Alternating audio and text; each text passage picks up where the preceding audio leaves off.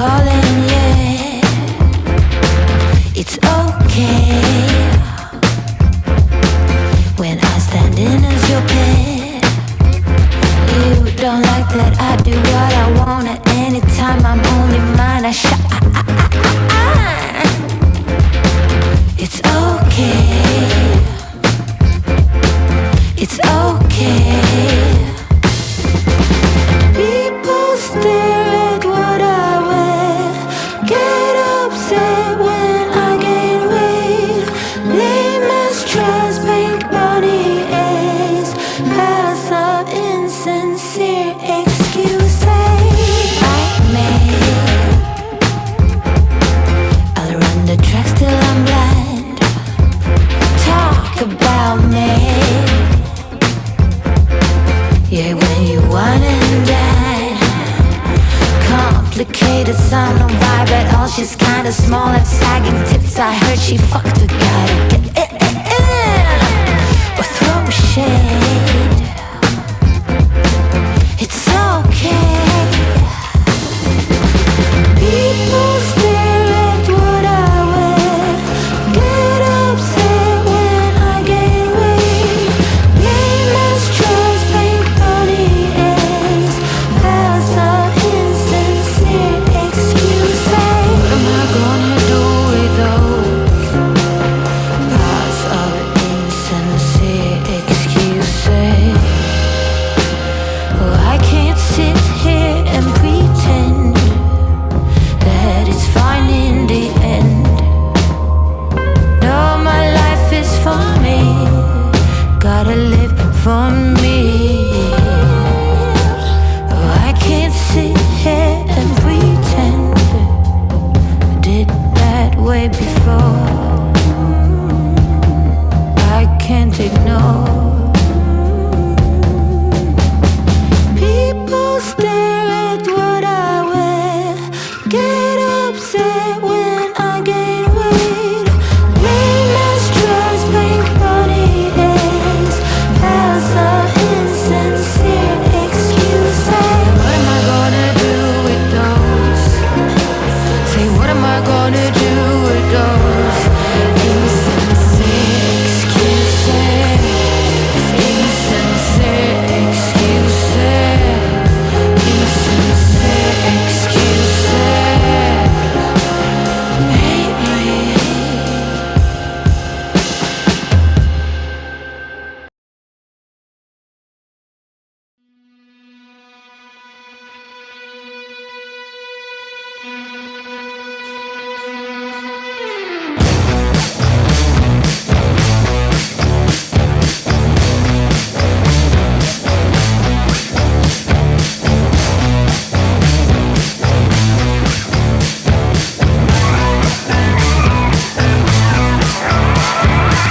We had it made, yeah. Your cheeks, you're blushing. Bonnie and Clyde, well, it's all or nothing. We need the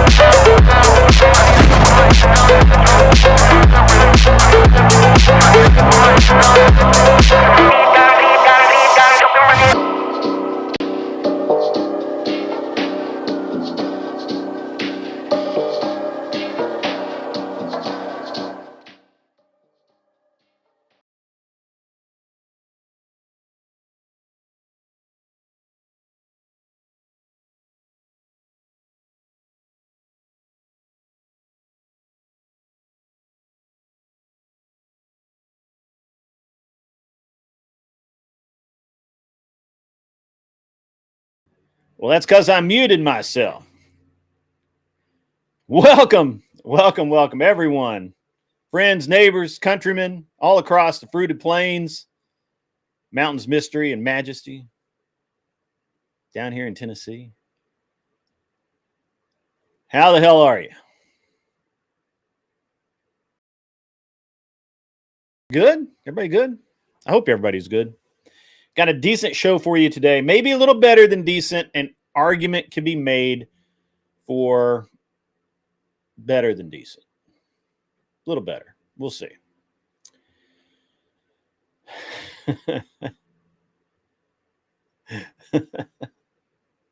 Anyway, all right. So I got chat up over here. So if I seem to be looking over this way, it's because chat's there.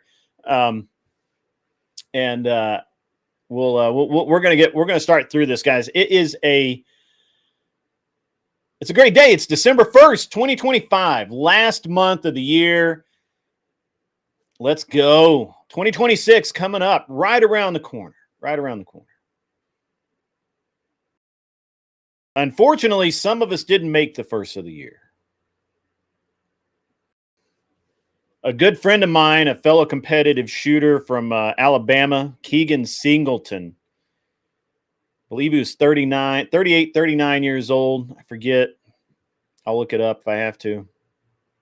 Passed suddenly earlier this week, or I guess middle of last week, leaving behind 2 children, I believe, and a lovely wife. He was involved in all things firearms. And he did training, competition. I shot with him several times at Rock Castle. Really super nice guy, super good, just a great human being. The world is poorer for the loss. And obviously his family is too. It's that time of year where we look forward to so many things, and some people aren't with us anymore to look forward to those things. Additionally, somebody that has been on this very channel who goes by Ico Rich, debate coach at a university, I believe in Ohio, maybe Texas. I'm not really sure where he was from, but he was on social media.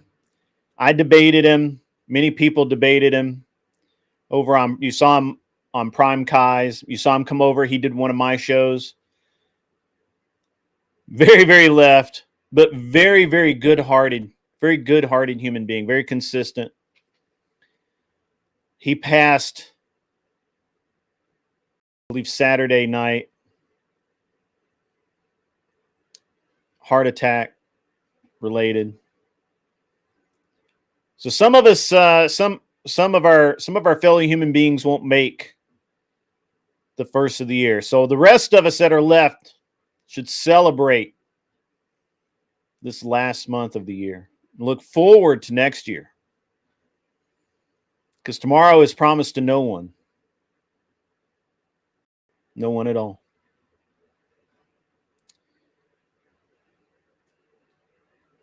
Now, I personally have a unique perspective on death.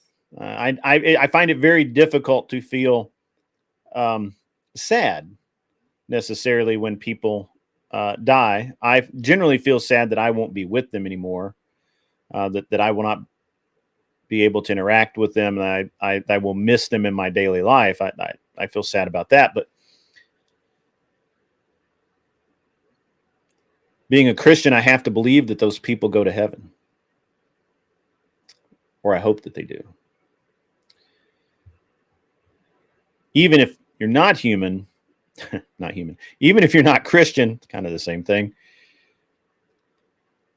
We are simply moving from one state to the other.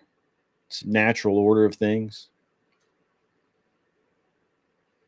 We are all destined to be born, to live, and to die.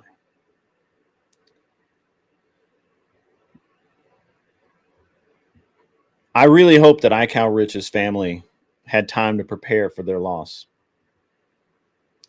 but I do not know. I know that Keegan's family did not have time to prepare for his loss. It was very sudden. Live every day, gentlemen. Live every single day. Every single one of them. So that if you pass in your sleep, there are no regrets. You've left nothing unsaid. Cheers.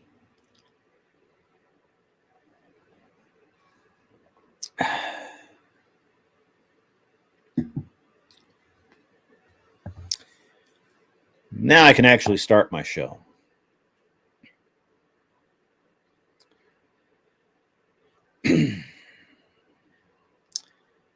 December is going to kick off.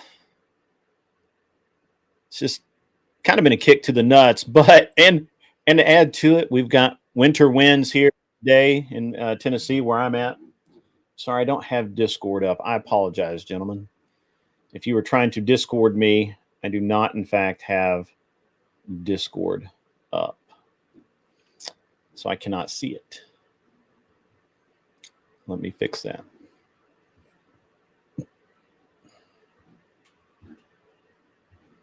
Okay. Winter weather has come to Tennessee. It was 70 degrees a couple of weeks ago at my event. It is now currently today. I think it's going to get up to about 40, maybe. It's cold.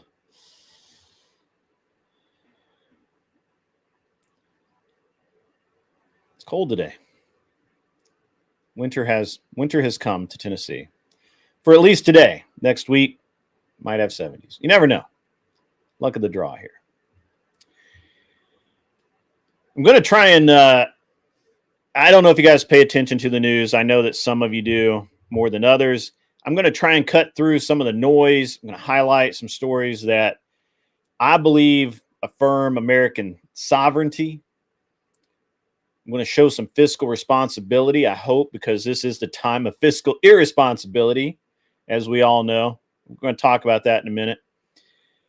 And we're going to push back, as I always do, against this globalist agenda of overreach into everybody else's business.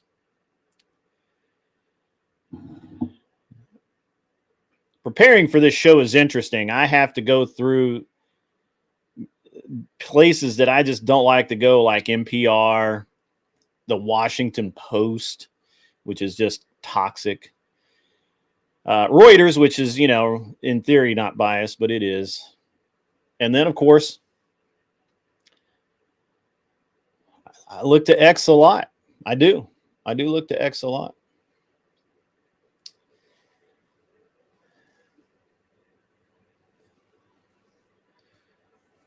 So the last week has been a massive amount of decadence.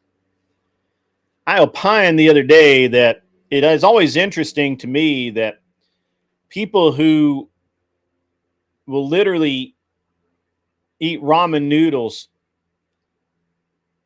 3 times a week because they just can't bring themselves to spend the money, or they just don't have the money to spend. All of a sudden on Thanksgiving, they have a feast. Spend more on one meal than they do in an entire month's groceries. It's always fascinated me. And then you get Black Friday. And the idea that they're going to save a little bit of money, that idea that that's something that's happening, that they're going to save a little bit, yields a massive amount of overspending. Not if you receive SNAP benefits. I don't know. I've never done that. We'll get into that too. Much like the government, endless spending. Endless spending.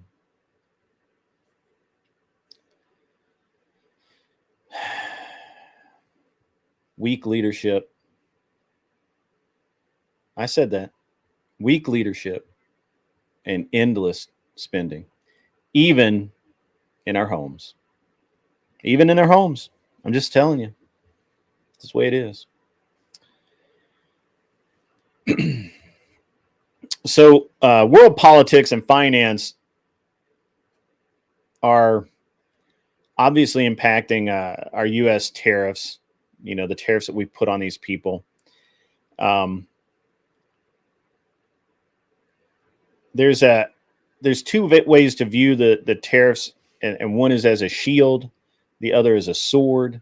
I kind of mix that together. I think they do both things in different aspects.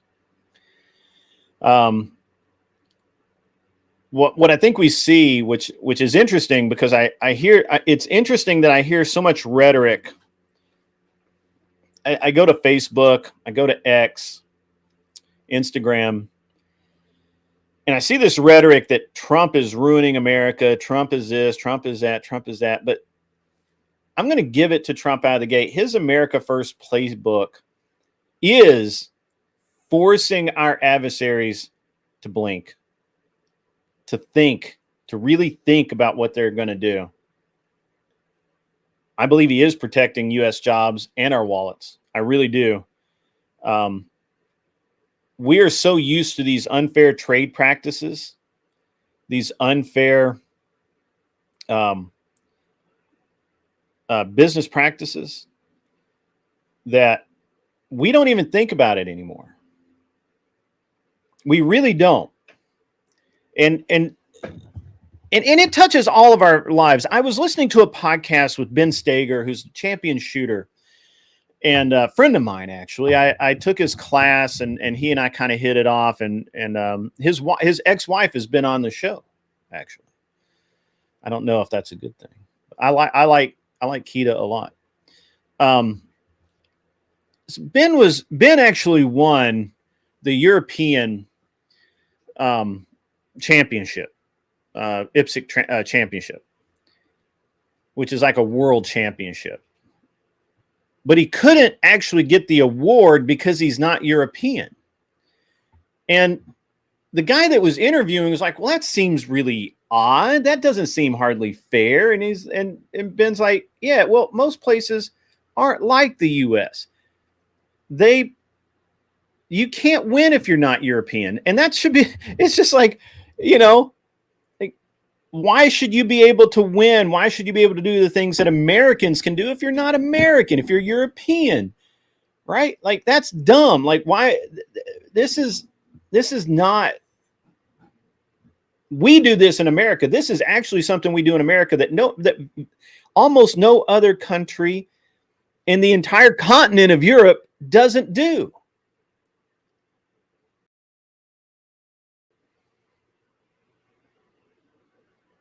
And we do the same thing financially as well. Every other country puts tariffs on the United States. That's okay. That's okay. It's fine.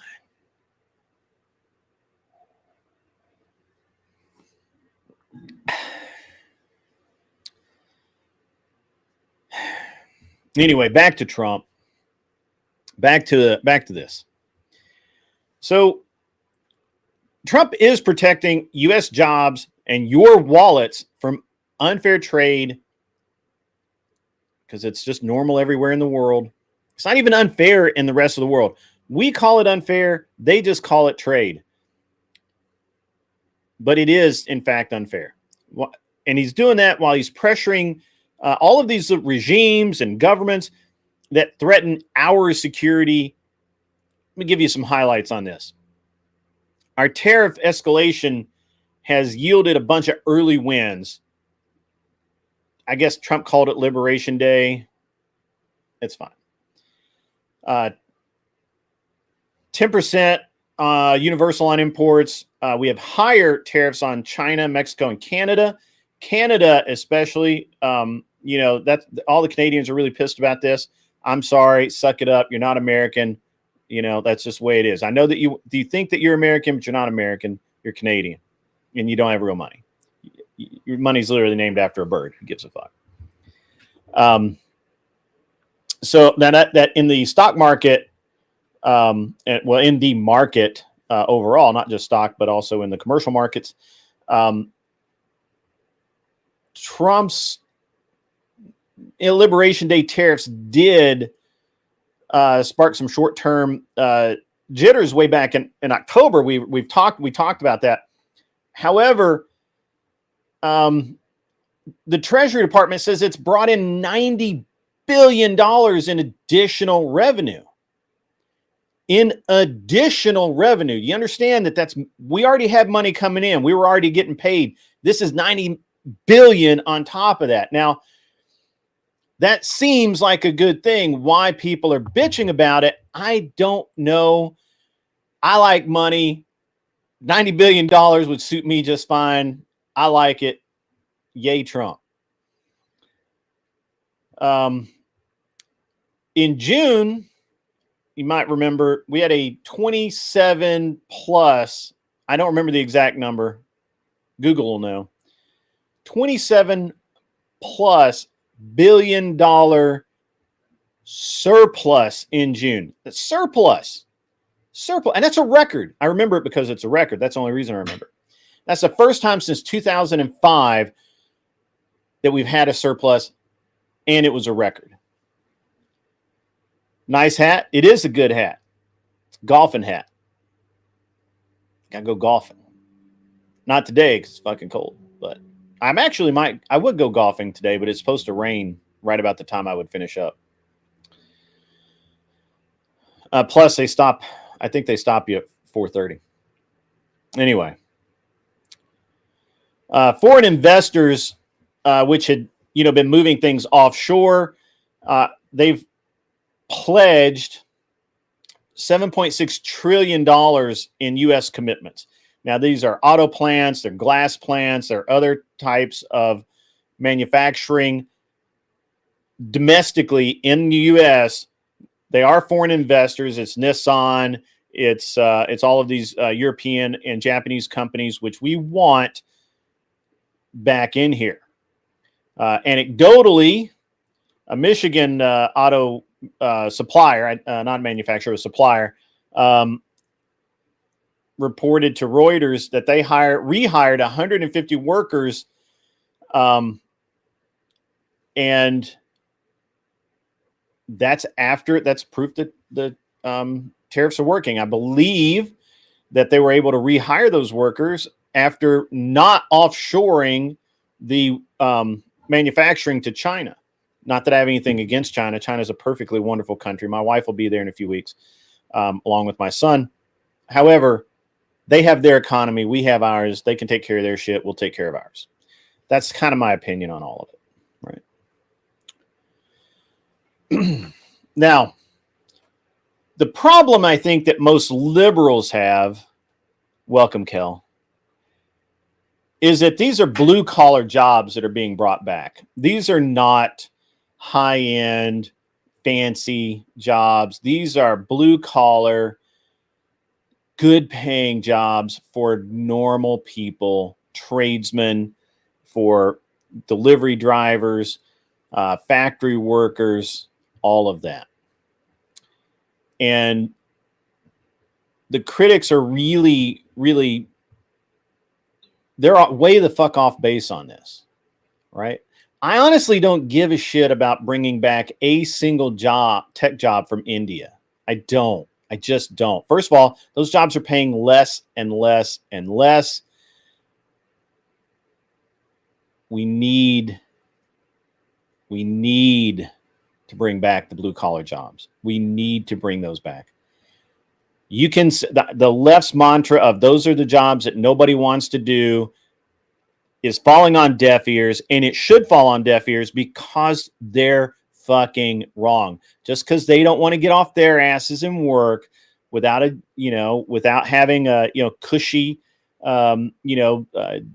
position somewhere,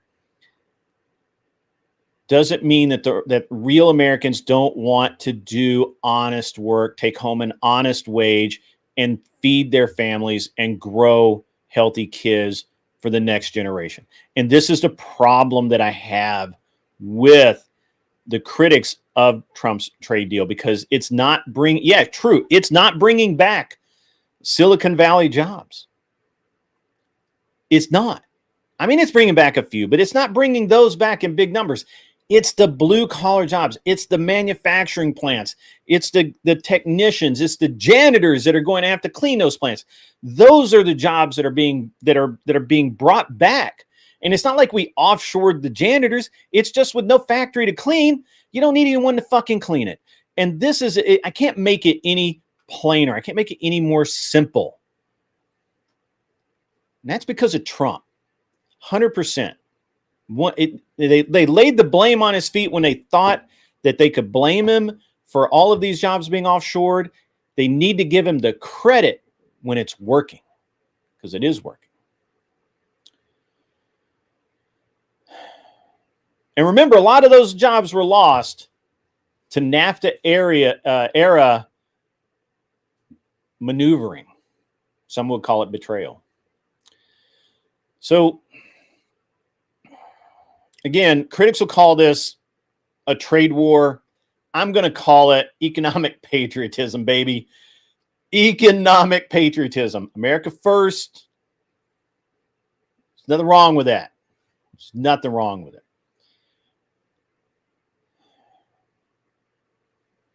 If we can end the $800 billion a year trade deficit, which we could, because if we bring in however many trillions of dollars a year, we can recover and get rid of that $800 billion trade deficit annually. That's just bleeding Main Street dry. We could end that and then claw our way back to getting out of deficit spending in Congress. That's a goal. That's what we should be aiming for. Absolutely. Yeah, SNAP recipients will have to go out and get those jobs. Excellent. Night Ghost. That's what's up. All right. So, again, guys, I don't care. Folks, I'm not here to worry about the Chinese economy or Venezuela's economy, which we're going to talk about next. I'm not here to worry about those people. They have a government that they elected to take care of them.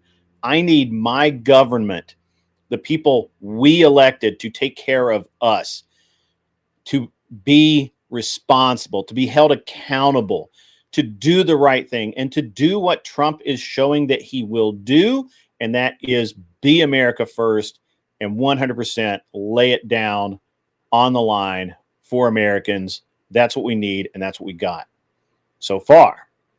Is he perfect? No, he's obviously not fucking perfect. I don't need him to be perfect. I need him to be effective. And that's what we got right now. So the next thing that we had, just alluded to it, we got to talk about Venezuela and this showdown with the Russians and the fighter jets being put down there. Trump has declared Venezuelan airspace closed in its entirety, closed for business, after he called Maduro directly. I don't know if you guys have seen that. If you haven't, it's worth looking up. Called Maduro directly and urged him to either flee or face the consequences. I believe the New York Post ran that article. I could be wrong about that. Again, I hate reading these. I hate reading this shit, but I got to for you guys. It's what I do.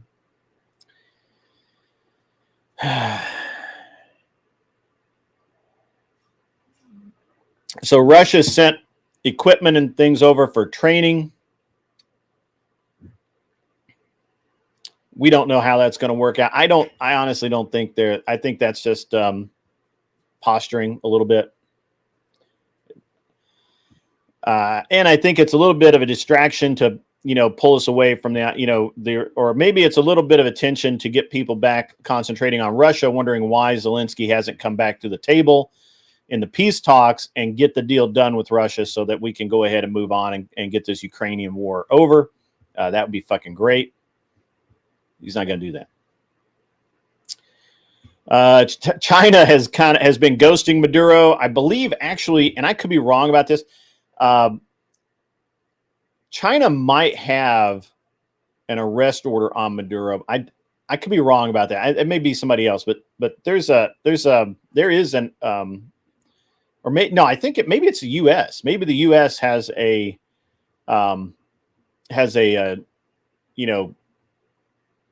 bounty on Maduro. I believe I actually think it is the U.S.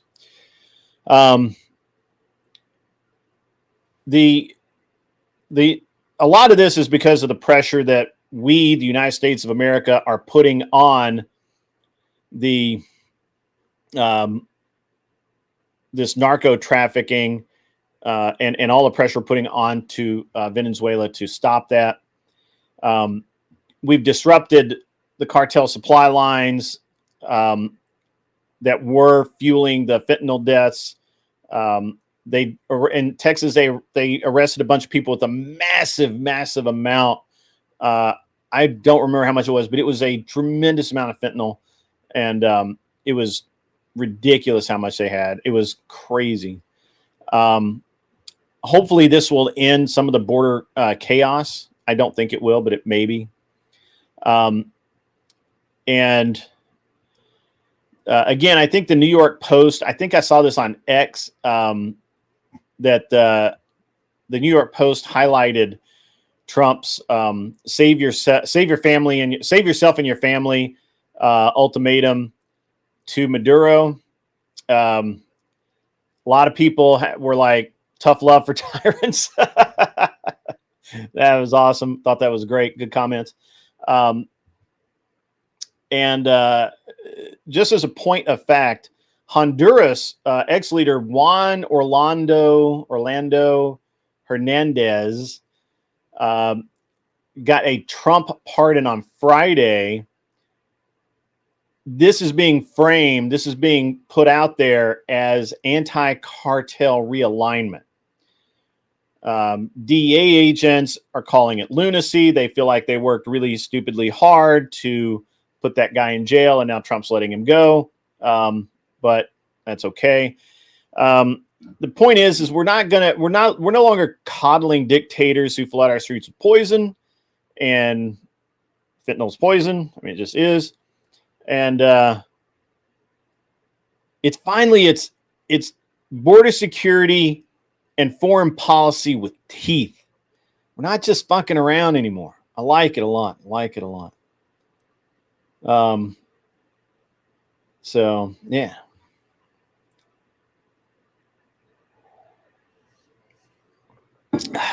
We never controlled cocaine. We never, not those two. Are you drunk again?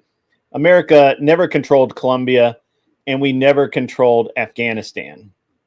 Although we did occupy Afghanistan for some while. Pumpkin Kell, that's funny. That's funny. Yeah. It's a bad time if you're anti-Trump right now.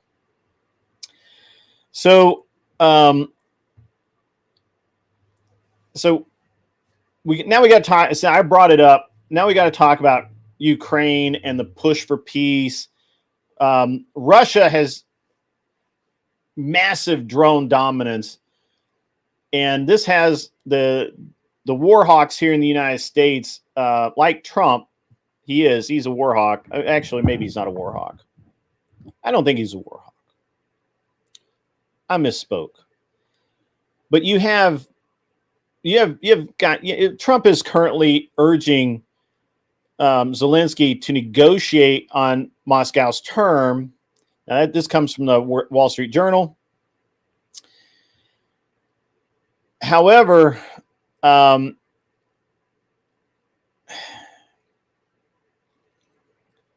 Zelensky's not doing it. Zelensky's drone wall literally just fell the fuck apart. It cost us a ton of money. It's just bad. We need Zelensky to get back to the table, quit being a butthead, work out a peace deal with Putin and Russia, Russia's winning the drone war. They're going to win the war no matter what. It's just what it is.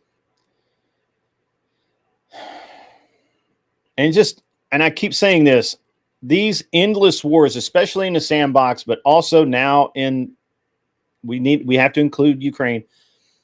But these endless wars on foreign shores, in the sandbox, in Ukraine, everywhere, all they do is they keep feeding the political machine, and they just bankrupt us here at home. I understand that the military industrial machine needs oiling, but man, we've been oiling it so much.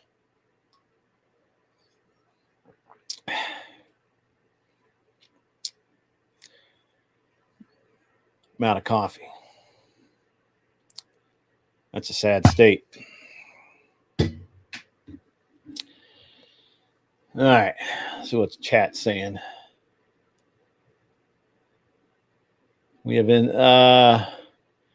largest navy in the world right off the shore of the Pacific, and they wouldn't stop cocaine. Yeah, we didn't have a rules of engagement to do that. I guess you're really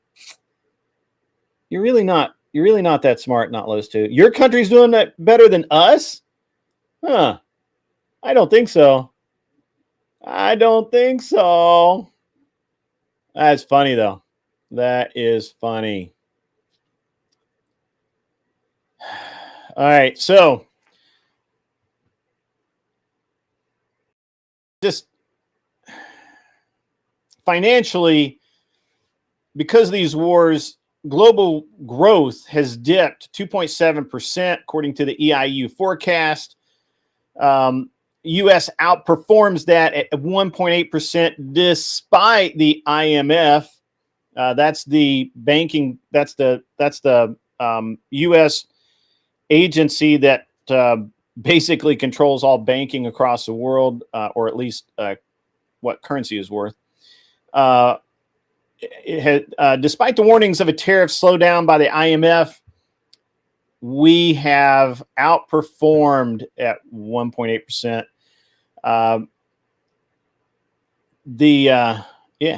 Weaker dollar does ease EM debt, but it also pressures U.S. exports, and that's European market, by the way. However, it's reining in the inflation from the cheap imports, which we needed. You can reference that on EIU.com. EIU.com if you want to. If you need to fact check me for some reason, not Lowe's too. So.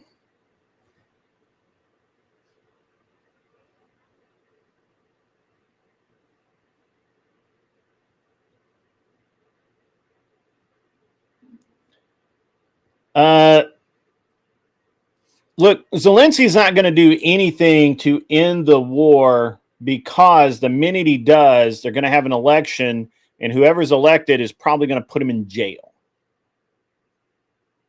So Zelensky's not motivated to end this war. He gives zero fucks about all of those Ukrainians dying every fucking day.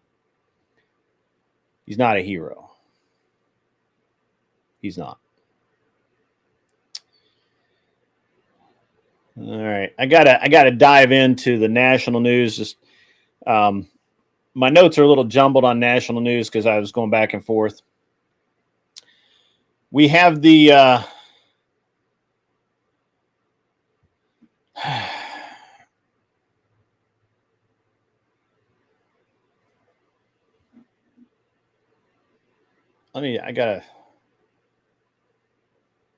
America's in stagflation. No, it's not. We have great job numbers. What are you fucking talking about? You know what? I know you can't post a link, but you need to post the source of your information. You don't have to post a link. You can post a source, and I'll go look for it. You're a fucking idiot. My alcohol sales are fucked. Fuck, dude, we've been fucking killing it right now. Nobody's buying Crown Royal right now, though. That's unfortunate for you guys. Aren't they moving the Crown Royal factory from Canada to America? Hey, one of you alcoholics out there, aren't they moving the Crown Royal factory to the U.S.? It's not going to be Canadian anymore, right? I don't know. I'm not an alcoholic, so can you help me out with that?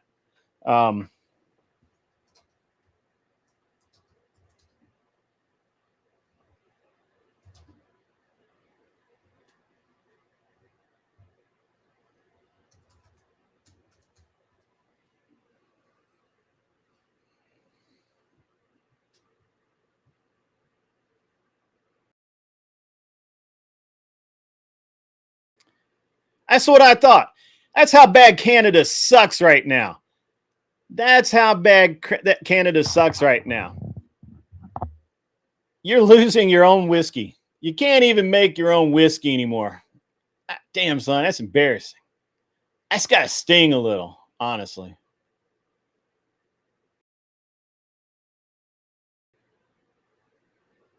Oh, they're going to still make it in Canada? That's unfortunately. Well, they'll learn their lesson and bring it here because that's where all the good whiskey's made anyway. Right down the road from me. I can go visit it. Oh, damn Ontario.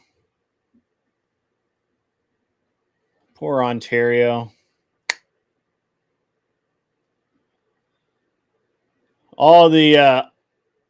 All those basic white girls are going to be able to get their Crown Royal cheaper now because it'll be made in the U.S. Actually, they're probably trying to avoid the tariffs. Not those two. Oh, man, you guys got to open a whole other factory to avoid the tariffs. I don't know if that gets you, though. We'll see. We'll find out. That's funny. That's good.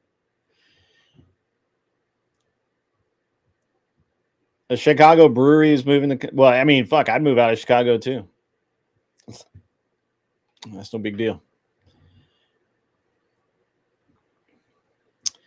All right, where was I? Fucking forget. I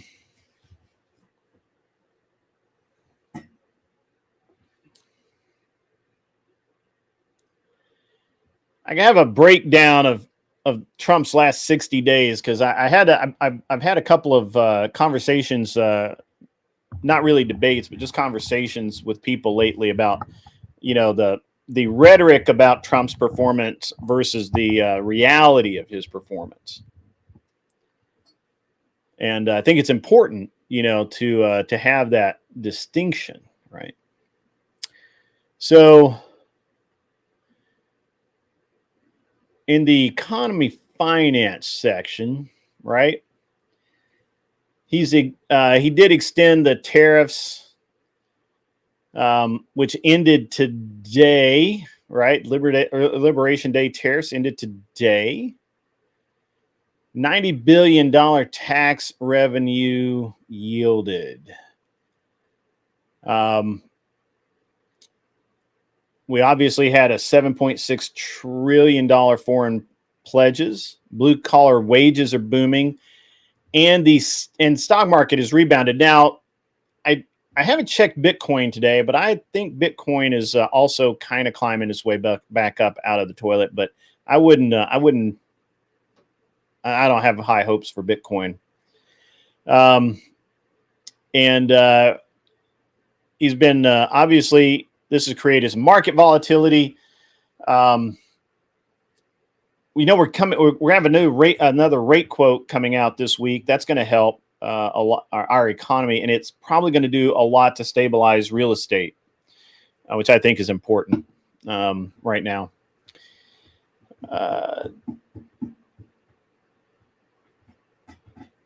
Yep.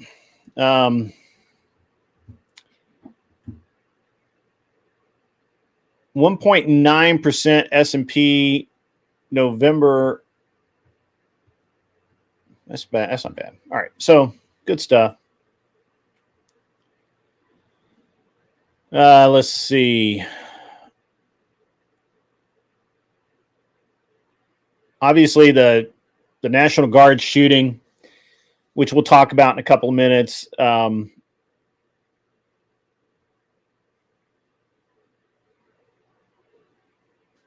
We'll see what's going on with that. He definitely, the reaction that he, some of the things he said has been very interesting. Overall, 60 days. He had the shutdown was ended in there. That was his leverage for a lot of the border wins. He's using tariffs as job shields. Approval rating, I believe he's at 44%. I think that's down. I think it was 49% in October. That's all right. The base loyalty is holding. We have MAGA rallies MAGA has rallied around Venezuela. I'm on the fence with the Venezuela stuff personally. We'll see how that is. I do believe that we need to get the criminals out of the Venezuelan government and put a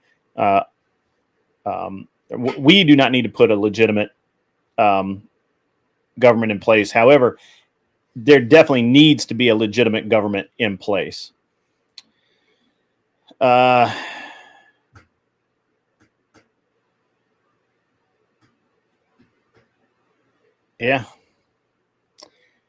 I guess if I had to like define this, it would be, we have chaos now, a little tiny bit, for stability later. I think we're seeing that we're coming into the stability phase. I don't think we need to put anyone in place. I have a problem with that, but they definitely need to get their shit together down in Venezuela. I'm not really sure how that's going to end up looking like. On the one hand, with Venezuela, and I did say we would talk about this, so might as well do it now before I launch into the next phase here. So look, the big problem with Venezuela is they have actual slavery there. Like not like rhetorical slavery, right? Like people are wage slaves and shit. I'm talking about actual slavery, not sex slaves, actual slavery. What I don't think people understand in Canada especially, but also in America, is that when you're talking about Venezuela and El Salvador to some extent, and Colombia to some extent, not as much anymore, Venezuela is a lot like these African puppet dictatorships, Chad, Mali, not Ghana, I forget the other one. There's a whole strip of them, these little tiny countries. And what they do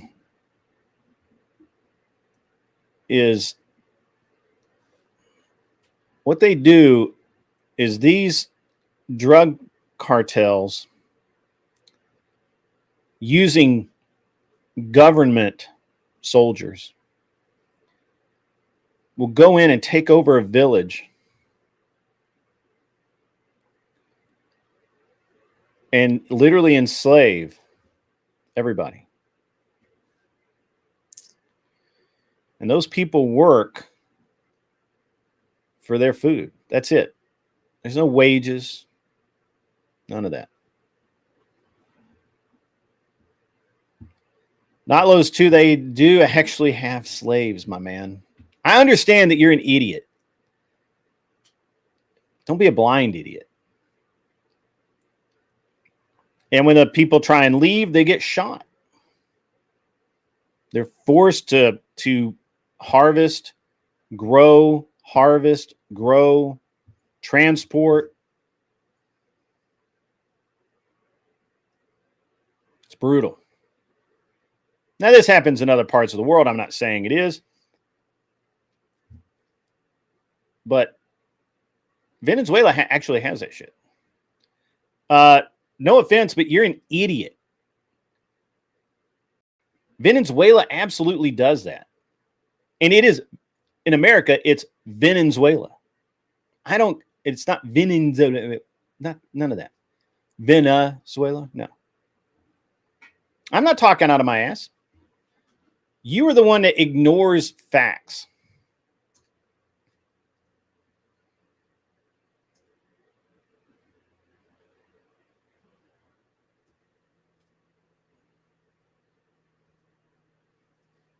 You're the one that ignores facts every single day.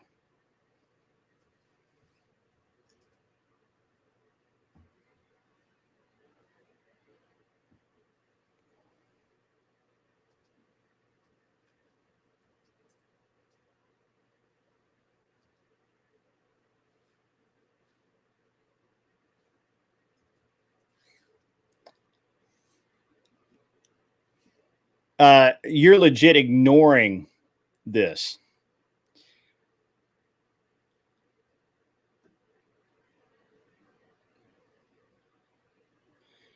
So I guess you could call it forced labor instead of slavery, right? You could do that. I guess you could. You know? I mean, you'd be wrong, but you could do that. So according to like normal people,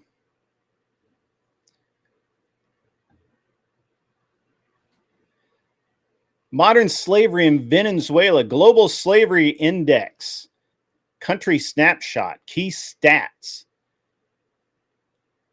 270,000 people living in modern slavery in Venezuela, you dumb fuck.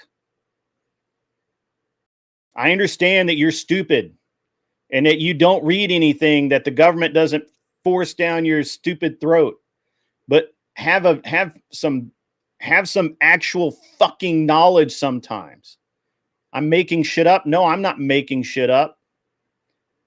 66 out of 100 people in Venezuela currently, today, dumbass, are at risk. 66 out of 100 are vulnerable to modern slavery.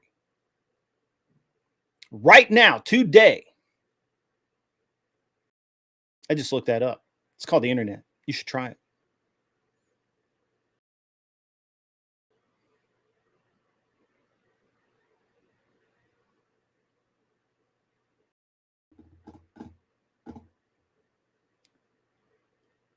On a global ranking, Venezuela's government response to modern slavery ranks a 27 out of 100.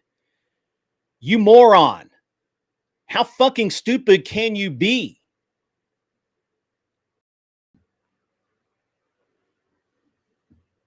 Hmm? You want to keep running your mouth? You want to keep running that money maker?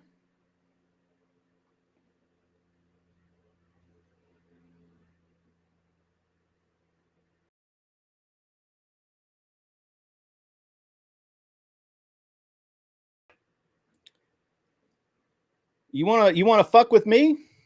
I got you, bro. I got you. Tell me I'm talking out of my ass? Okay. All right. There you go, motherfucker.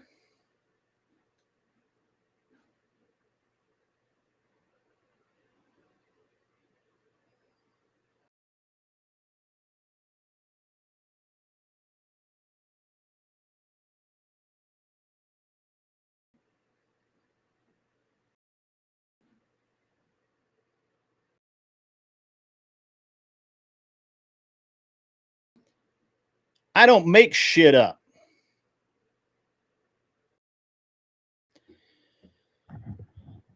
Yeah, we're talking about sex slaves in America. We don't have actual slavery here, right? Like, we don't have people with guns pointing at people to harvest fruit or harvest, etc.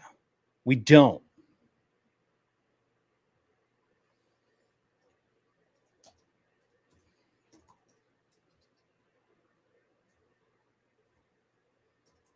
By the way, that does not, what I just showed you doesn't include sex slaves. That doesn't include sex slaves. Our prison population, not slavery, you dumb fuck. Holy shit. Keep moving those, keep trying to make shit up.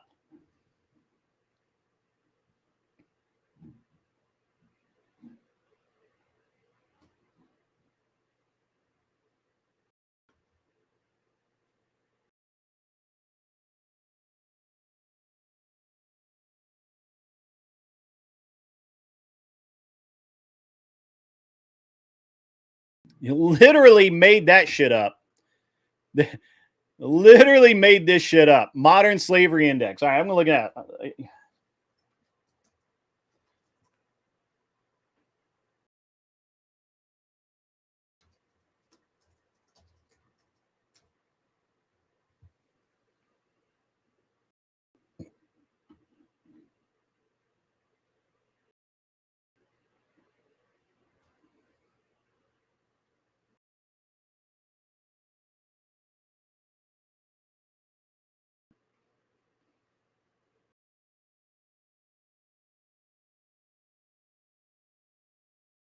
I can't actually, this is all, I have to change my view here. Give me a sec.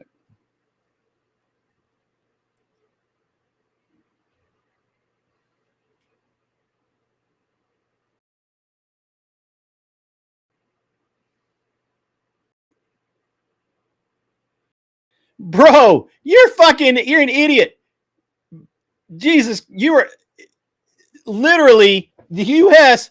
is not even ranked on the modern slavery index. You dumb fuck. Number 1, Korea, Eritrea, Mauritania, Saudi Arabia, number 4, bitch. Turkey, Tajikistan, UAE is number 7.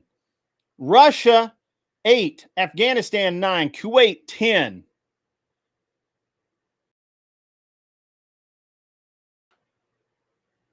Dude, you're dumb as fuck. Like, I don't, and normally I don't really say things like that, but you're dumb as fuck. Because that's, oh, wrong button.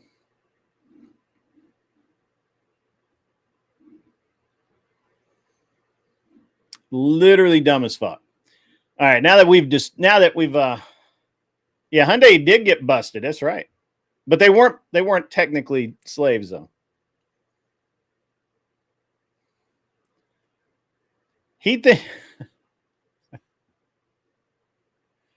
Go buy a person? Why would I? I can go to Canada and do that, I bet. I bet I can. Get it right now.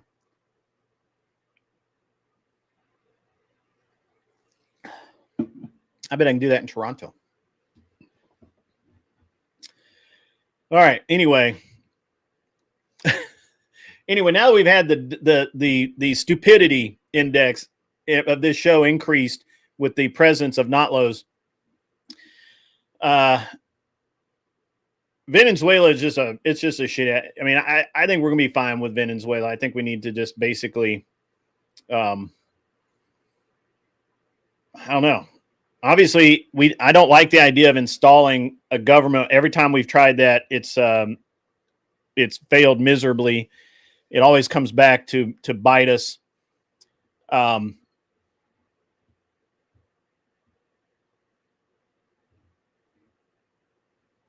Wait, what? I missed that. What about my wife?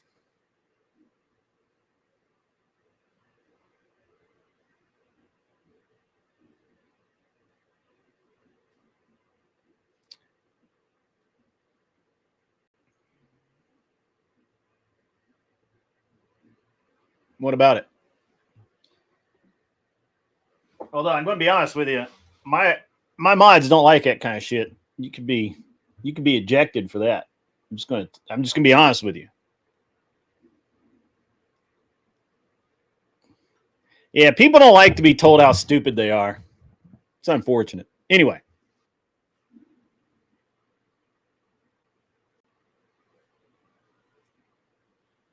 I got you, Ag. I got you, buddy. Thank you for that. Appreciate it.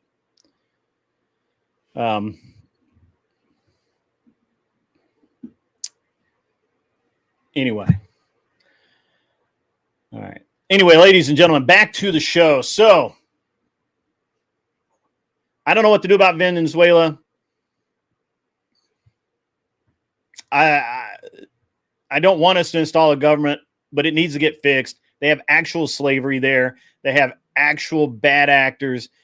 It's a shithole of a country. It used to be awesome. It used to be great. We used to have Venezuela. My grandmother used to have Venezuelan students who would come in and stay. She would act as a host while they attended university. I mean, I got to be honest with you. It's tough to see what Venezuela's become. They had so much wealth. They had so much. They have so much going for them. Like a lot of these third world, or we can't even call them third world, a lot of these banana republics, they just can't get a proper government in place. I don't know what to do about it. I'm not the guy to figure it out. I'm just here to report and talk shit. And right now I'm going to report and talk some shit. And I think that Venezuela is a shithole. I think what we're doing is right. I just don't know how we end it. But as far as, getting the literal criminal that's in charge of the country out of the country, I think we need to do that. I don't think Trump's doing anything wrong there.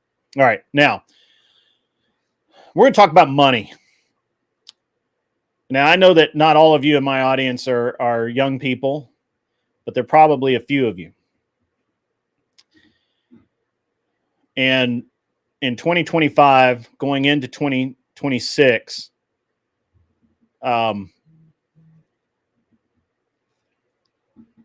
it's tough out there. It really is. I think that you have to change your viewpoint of the job market, right? Like basically you have to, and I've talked about this before, you have to look at the job market as a battlefield to an extent. Unemployment's at 4.1%. Now that's not as high as it's been in the past. But look, all of you guys that were told to go learn how to code, all of the guys who were told to go out and learn how to do this or learn how to do that, your jobs are in jeopardy because of AI, especially the entry-level grinder gigs. Just is that way. And now all you guys out there doing gig economy, doing Uber, doing that kind of shit. Now you've got cities that are trying, what do they call their driverless cars, where you just get in and they drive, taxis, they don't have drivers in them. So they're basically fucking robots that take you from the airport to wherever. So even very low skill jobs like driving people around is in danger. The wages for new grads, I don't know if you guys realize this, but the wages for new graduates in 2024 and 2025 have stagnated, right? And, if you're getting, like, it's somewhere between 50 and 80K. Student debt averages about, most people's student debt averages about 37K, but most people have over $100,000. A lot of people have over $100,000 in student debt. Obviously, commodities have gone up. Laptops cost more,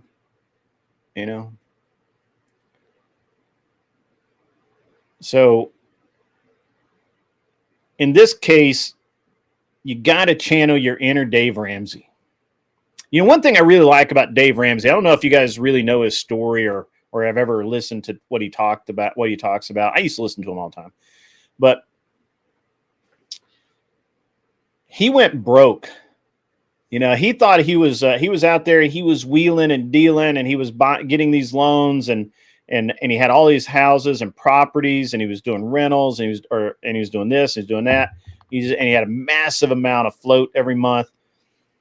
And then the people at the bank changed. The guy who was writing his loans left, and he couldn't get the loans anymore. And the bank actually called his loans, and he went into bankruptcy, and he ended up like in a really bad spot. And he was married, and he had a young child, and it was really bad.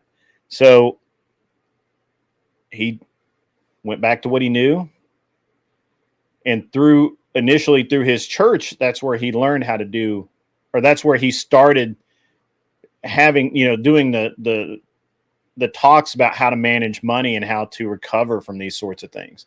And it's a very interesting read if you ever get it, and it's very interesting listen. If you ever get a chance to, look it up, it's worth the half hour, 45 minutes to listen to his story. But one of the things is that he had no excuses. He just had a really intense action plan that he executed, and he made mistakes, and he refined it, and he made mistakes again. Obviously, he came up with the whole baby steps plan, which I think a lot of people, especially people coming out of college, would be well served to take. I understand that a lot of people on the red pill side think that that Dave Ramsey's an idiot, but he's a multimillionaire, and he's never not going to be a multimillionaire. A lot of these guys are living a lot of these guys who are living big lost their fucking ass when the economy shifted. So, literally lost their ass.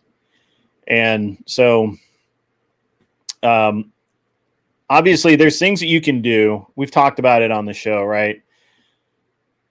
You can make your own. I make my own coffee. You can make your own coffee. You don't have to go to Starbucks. You can have a roommate, which I always had a roommate.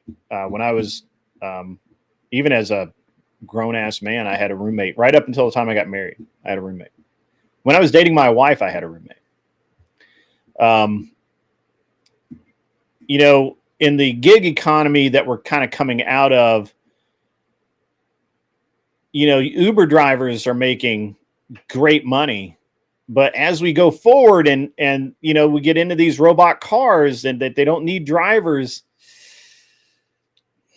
even that is going to be a harder and harder sell. So, I got to be honest, just the old faithfuls are going to work.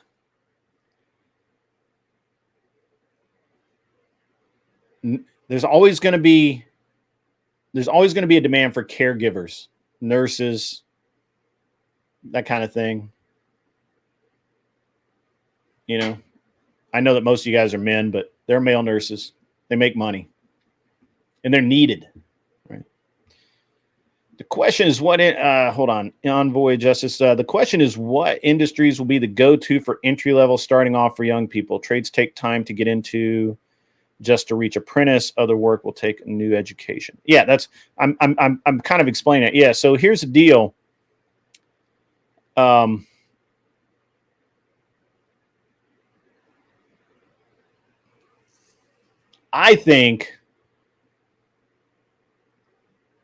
I personally think that job-wise,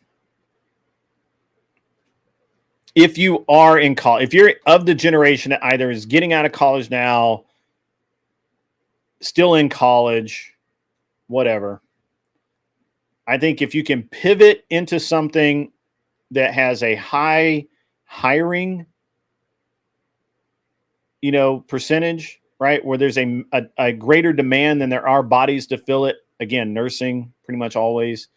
EMT, anything doing with almost anything dealing with entry-level healthcare is going to be good. I know it sounds weird, but anything that deals with maintenance. Anything that deals with maintenance. Because you don't, going into, every building needs maintenance.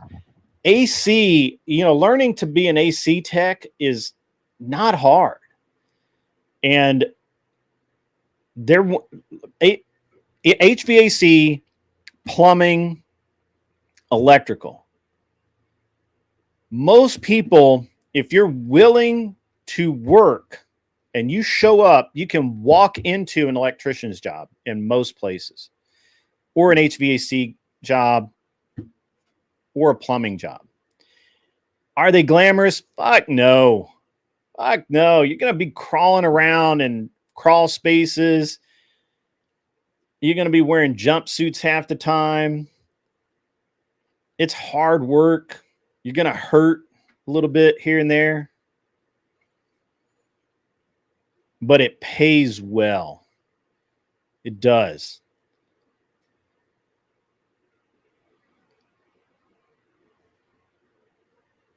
It does.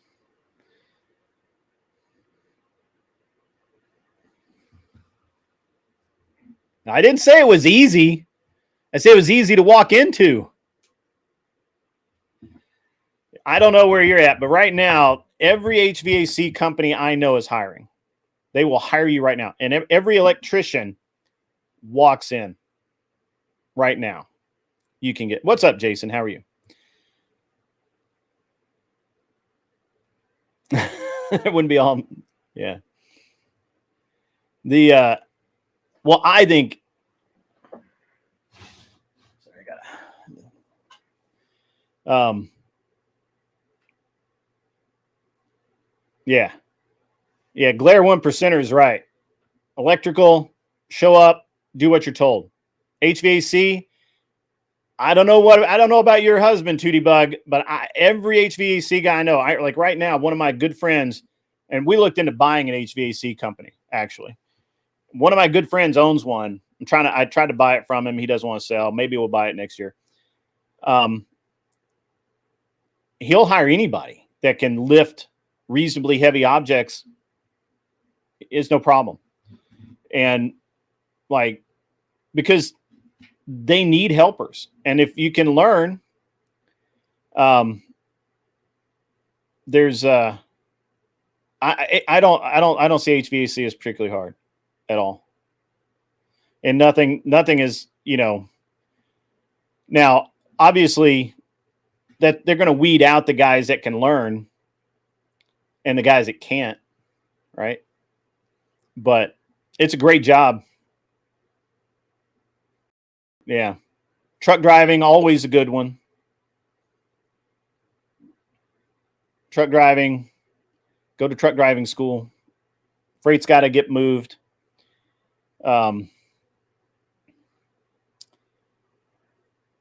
There's just so many. There are honestly a lot of jobs out there.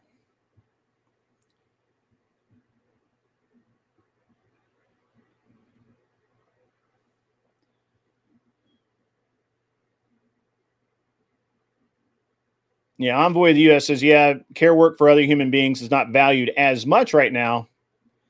I think everyone I know makes reasonable salaries, right?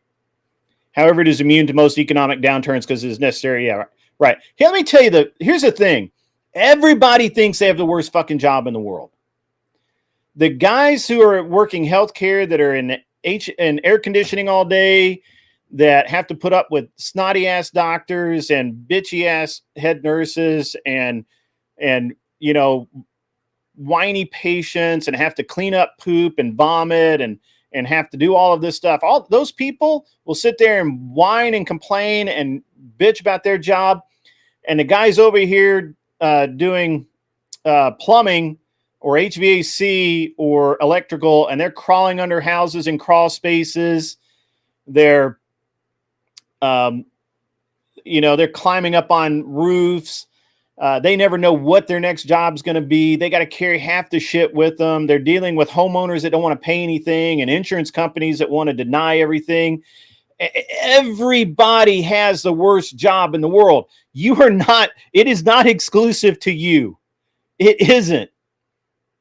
It just isn't.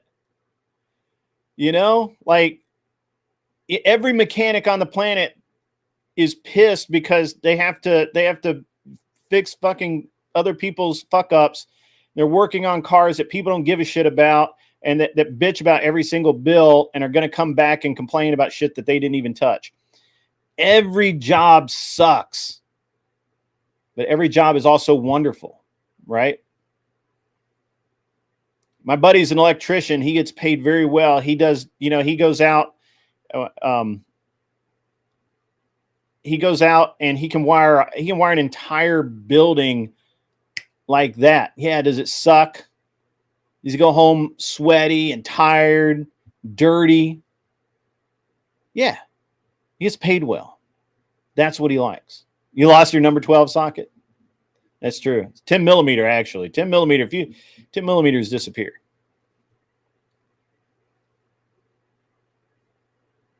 Everybody has the worst job in the world, and everybody else thinks it's the best job in the world.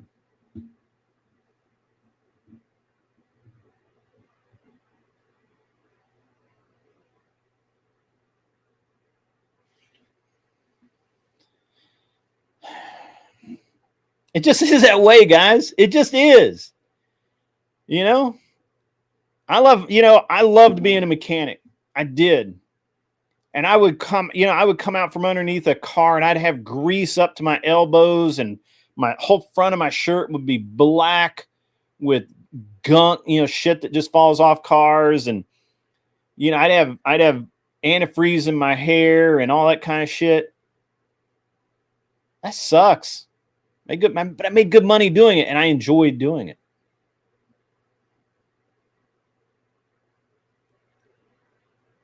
But I don't know. I mean, you want a dream job? You want to be a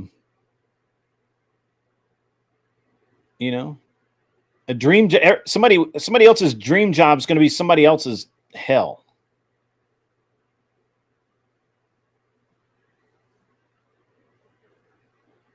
Right. And even the Glare 1%ers, right. All the subcontractors think the superintendent's or the project manager's job is easy till they see the shit side. Absolutely, 100%.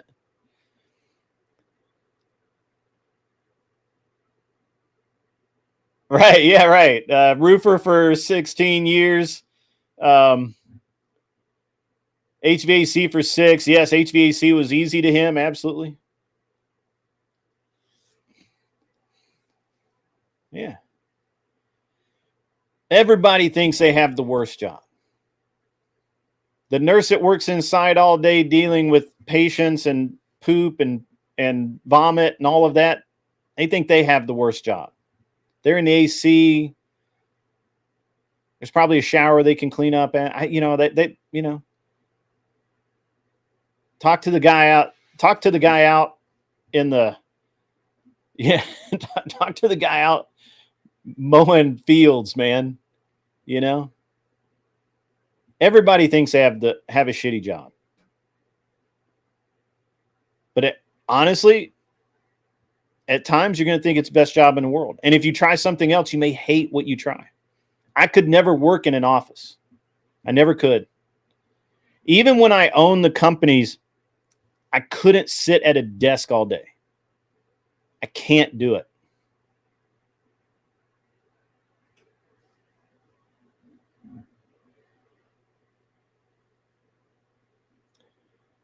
Yeah, I'm unemployable. I will admit that. I'm not unemployed. I am unemployable. For sure. I have a problem working with other people.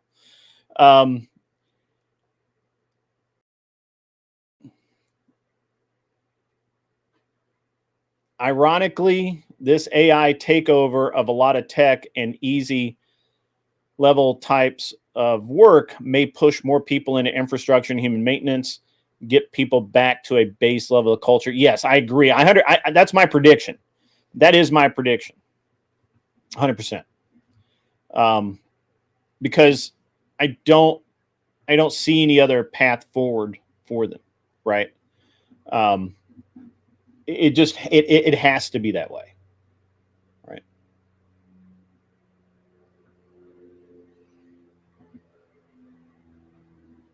Mr. says he loves his job. I deliver raw materials, lumber, other stuff, but I'm working on other stuff too. I like to drive trucks.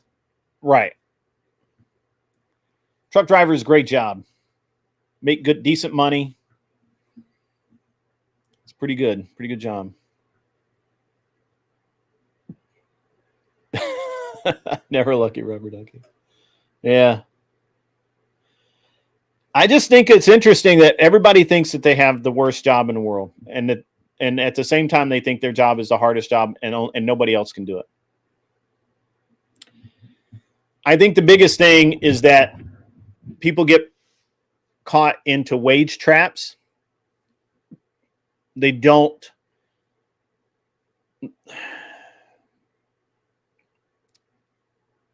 want to take the next step, which is fine. If you're gonna do that, if you're gonna lock yourself in, nothing wrong with that. But then you've got to do something else on the side. When you tell people this is a joke, they get mad at you saying the job is easy. That's true. Mm-hmm.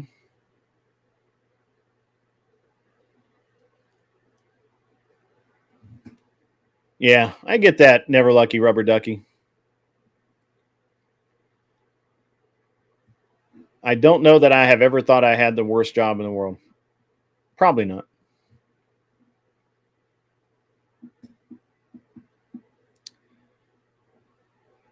Yeah. And that's the other thing. You need to decide what it's worth to you.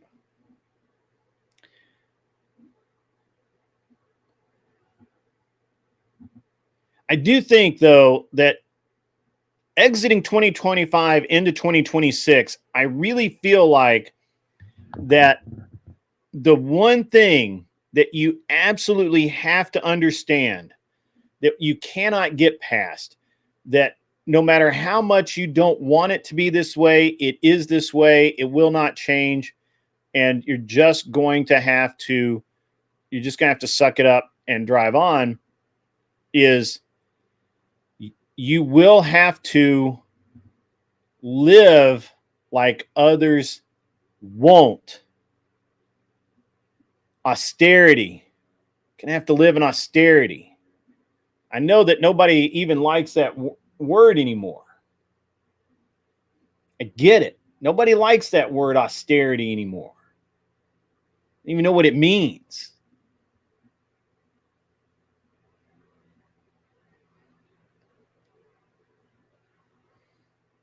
But you're going to have to learn how to live like others will not, so that you can then live like others cannot.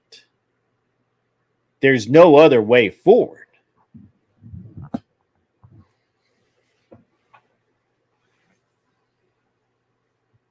There just isn't.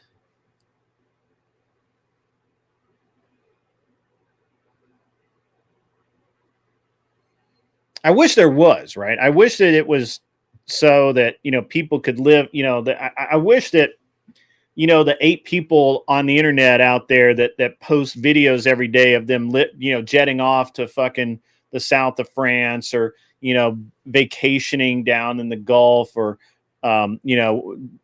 dropping in for dinner at their home in Louisiana. Whoa, Anson Knowles, my man. Good to see you. Yeah, never work anywhere where you get where you're afraid to get fired from. Absolutely. Anson Knowles, you've got to come up and chat with me for a minute, buddy. I'm glad to see you. I want you to come up. You've got the keys, so pop into the back.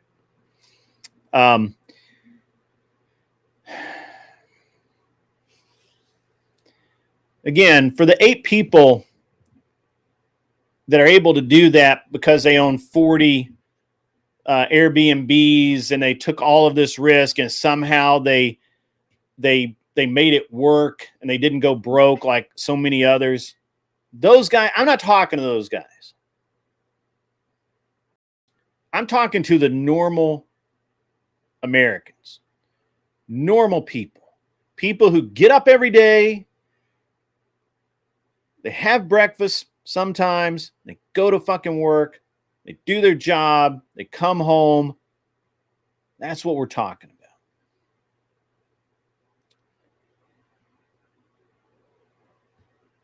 You are here, and you need to come up when you get a chance.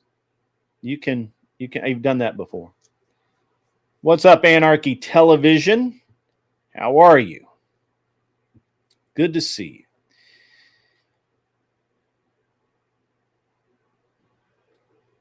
As we exit 2025 into 2026, it's tough. You got tariffs, AI, debt. I'm just telling you, man, you got to live like no one else now. Like no one's willing to do that. No one's willing to do that shit. Nobody's willing to make their own damn cheese sandwich, ham and cheese. They want to buy it from off the food truck. Nobody's willing to pack their damn lunch anymore. Nobody's willing to not drink soda every single fucking meal and just have a glass of water. And if they are willing to have water, it's not tap water or water out of the filter. It's bottled water or Starbucks water or what the fuck ever. Stop that shit. Stop it.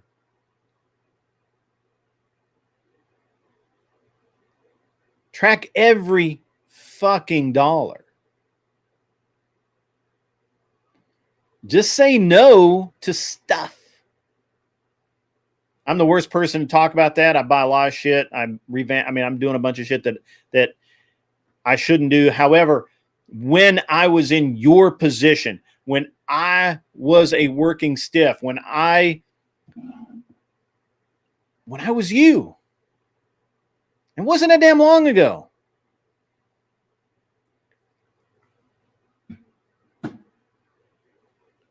When I was just like you guys, every single one of you, probably not as well off as some of you guys. I didn't spend $1 I didn't have to. I actually figured out that I could eat lunch. That there was the local lunch place near me had a deal where if you ate there like 4 times, you got a free meal. And I worked it out mathematically that by the time I bought the food for my own lunch and took it every day, that I actually saved a few dollars eating their like soup and sandwich meal and getting the free lunch at the end of the week.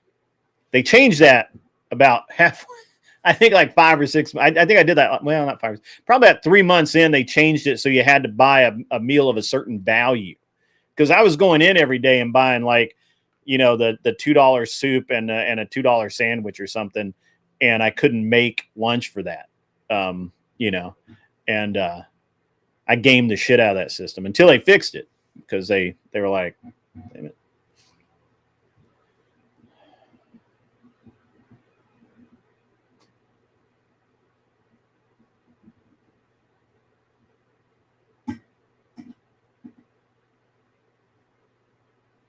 Yeah, never lucky rubber ducky. I agree with that. I agree with that too. We'll talk about that in a minute. But every single dollar, track that shit. I don't even carry cash anymore, because with cash it's too easy just to throw out $1. It's too easy.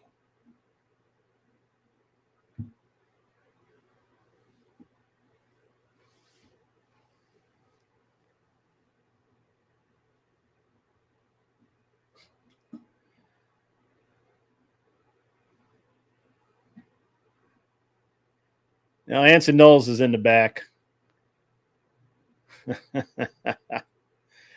He's got to be here somewhere, because he put that up. I didn't. That's funny though.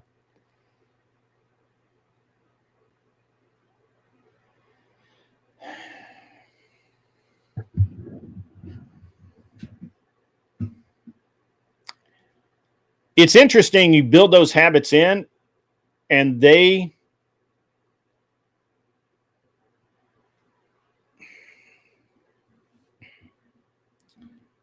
you build those habits and they stay with you. Even today, I don't buy like super nice clothes, especially to work in or just whatever. I'll go to Walmart and buy, a $3 or $5 work shirt, right? Because I know I'm gonna fuck it up. I know it's gonna get ruined, but I'll get my $5 out of it. I'm not spending $25 or $30 on a fucking t-shirt to fuck it up.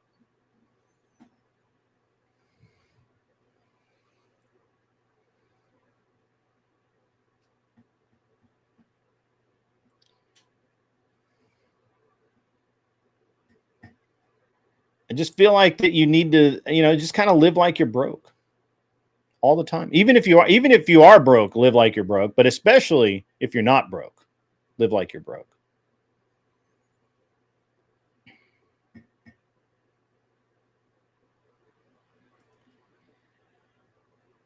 I think, I don't carry cash. It's too easy for me just to spend. I hate pulling out that credit card and putting it down there. I think about it. Like I'm like,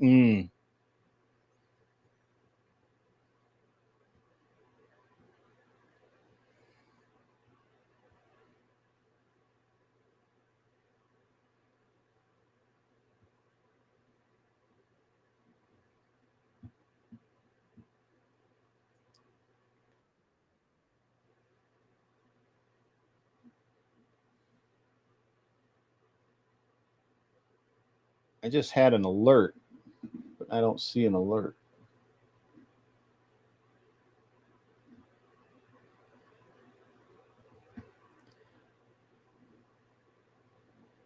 Yeah, I do agree with carrying a little bit of an emergency fund. I should, but I don't. I should, but I don't. What's up, a helping hound? Good to see you.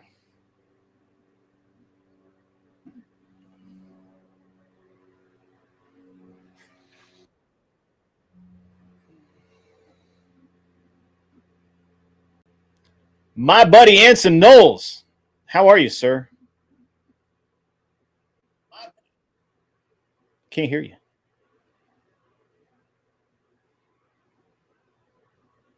He's hiding. What's up, Anson? No. Hopefully he'll be back.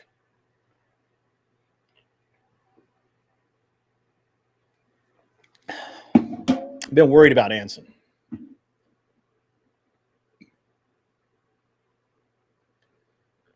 What the fuck? I'm sorry to hear that, Anson. I will we will talk later, sir. Anson didn't want to get pulled up. I'm sorry, I didn't mean to do that. His beard did in fact get way more badass. What's up, Dusty? How are you? We as Americans must refuse digital ID and digital currency. That is a trap, is a digital prison. We must get out of the Federal Reserve and IRS prison. There's some truth to that. However, my and I know that this philosophy is not shared by everyone. I feel like that for me, just pulling out and swiping a credit card is like it's tough to get me to do it. When I have cash, I'll just, cash is just like, eh. As a matter of fact, my wife says that she won't allow me to carry cash now. So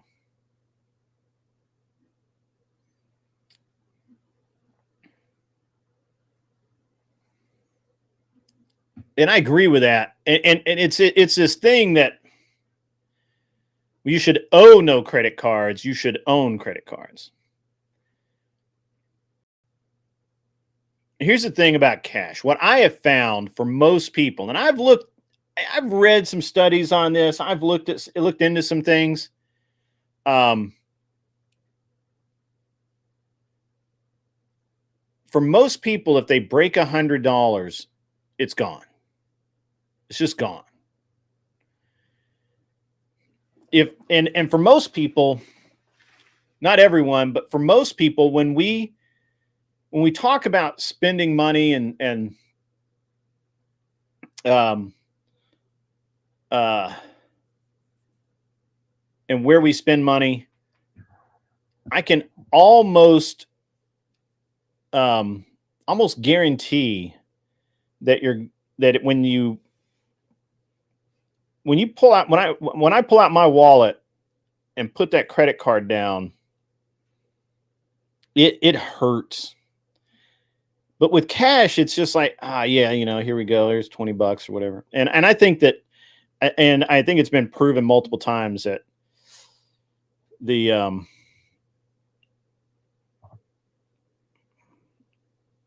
but I think all the evidence shows that if you carry, you're more likely to spend the cash if you're carrying it.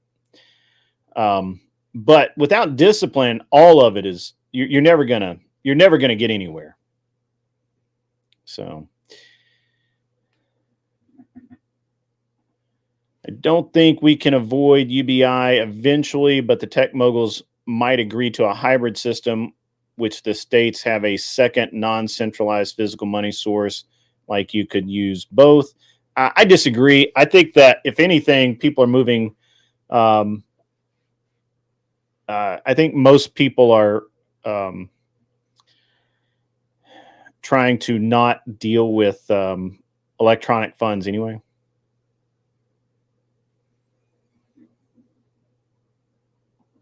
Yeah, I agree. I agree with that. I was really bothered by that. It hurts you more with cash than the card. With cash, I when the thing is that every time I pull that credit card out, all I can think about is the interest rate. That's all I can think about. And I'm like, which will make me pay it off I pay it off instantly. So, I mean, I'm using the card like cash, but all I'm thinking about is the interest rate. Even though I know, I mean, it's a weird mental fact. It's a weird mental fact because I always pay it off before it's due, but I know that there is the percentage of there's a percentage of interest there, right? There's always that idea that it's there. Yeah, I always think about the interest, even though I know I'm going to pay it off every month. It's just me, though. I mean, look, I'm weird. I'm a weird dude when it comes to this stuff. I just am.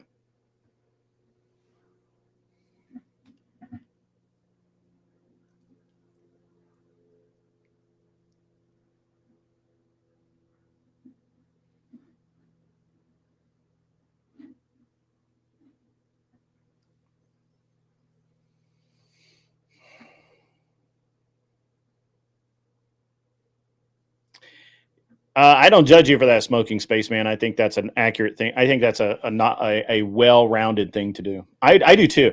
I actually I was out the other day and I noticed that people were walking by and there was a quarter on the ground and nobody picked it up. It was very funny. Why worry if you pay it before the interest is calculated? I pay mine off every 14 days, even though I get 45 days interest free, because in my mind, it doesn't matter. It doesn't matter. I know that there's the potential for interest there. I I just know it's there.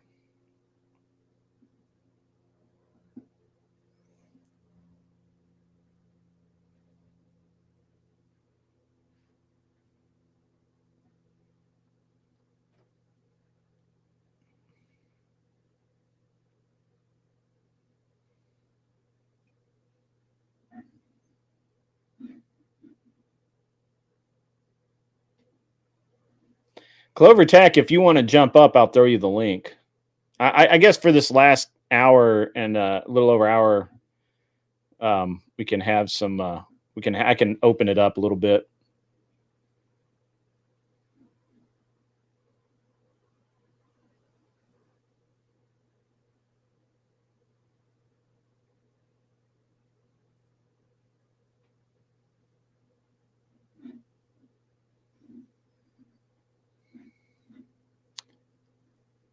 You bought the Thundercat sword? That does not sound like you're being an adult.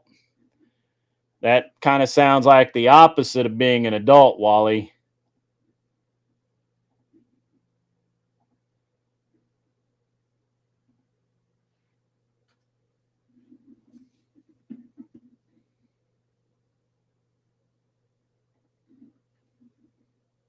That's the opposite.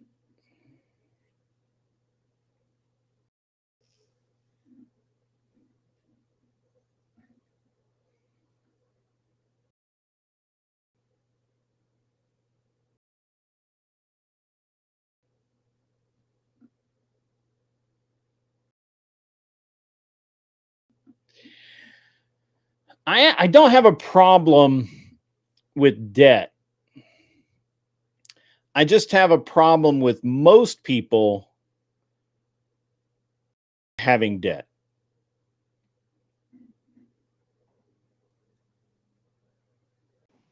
The man, the myth, the legend.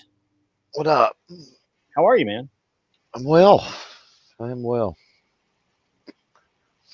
It is Dave Ramsey hour here, apparently, with Grid. Yeah. Well, I had a multifaceted show today.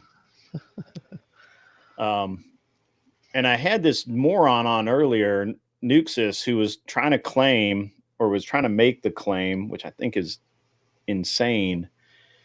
Well, actually, I was talking about how Venezuela has actual slaves. Like, I don't have a problem with anything we do to Venezuela at all, because their government is allowing actual slavery in their country. Not look, I understand that we consider slaves actual slaves, but I mean actual forced labor. If you run away, you're shot. Slavery. And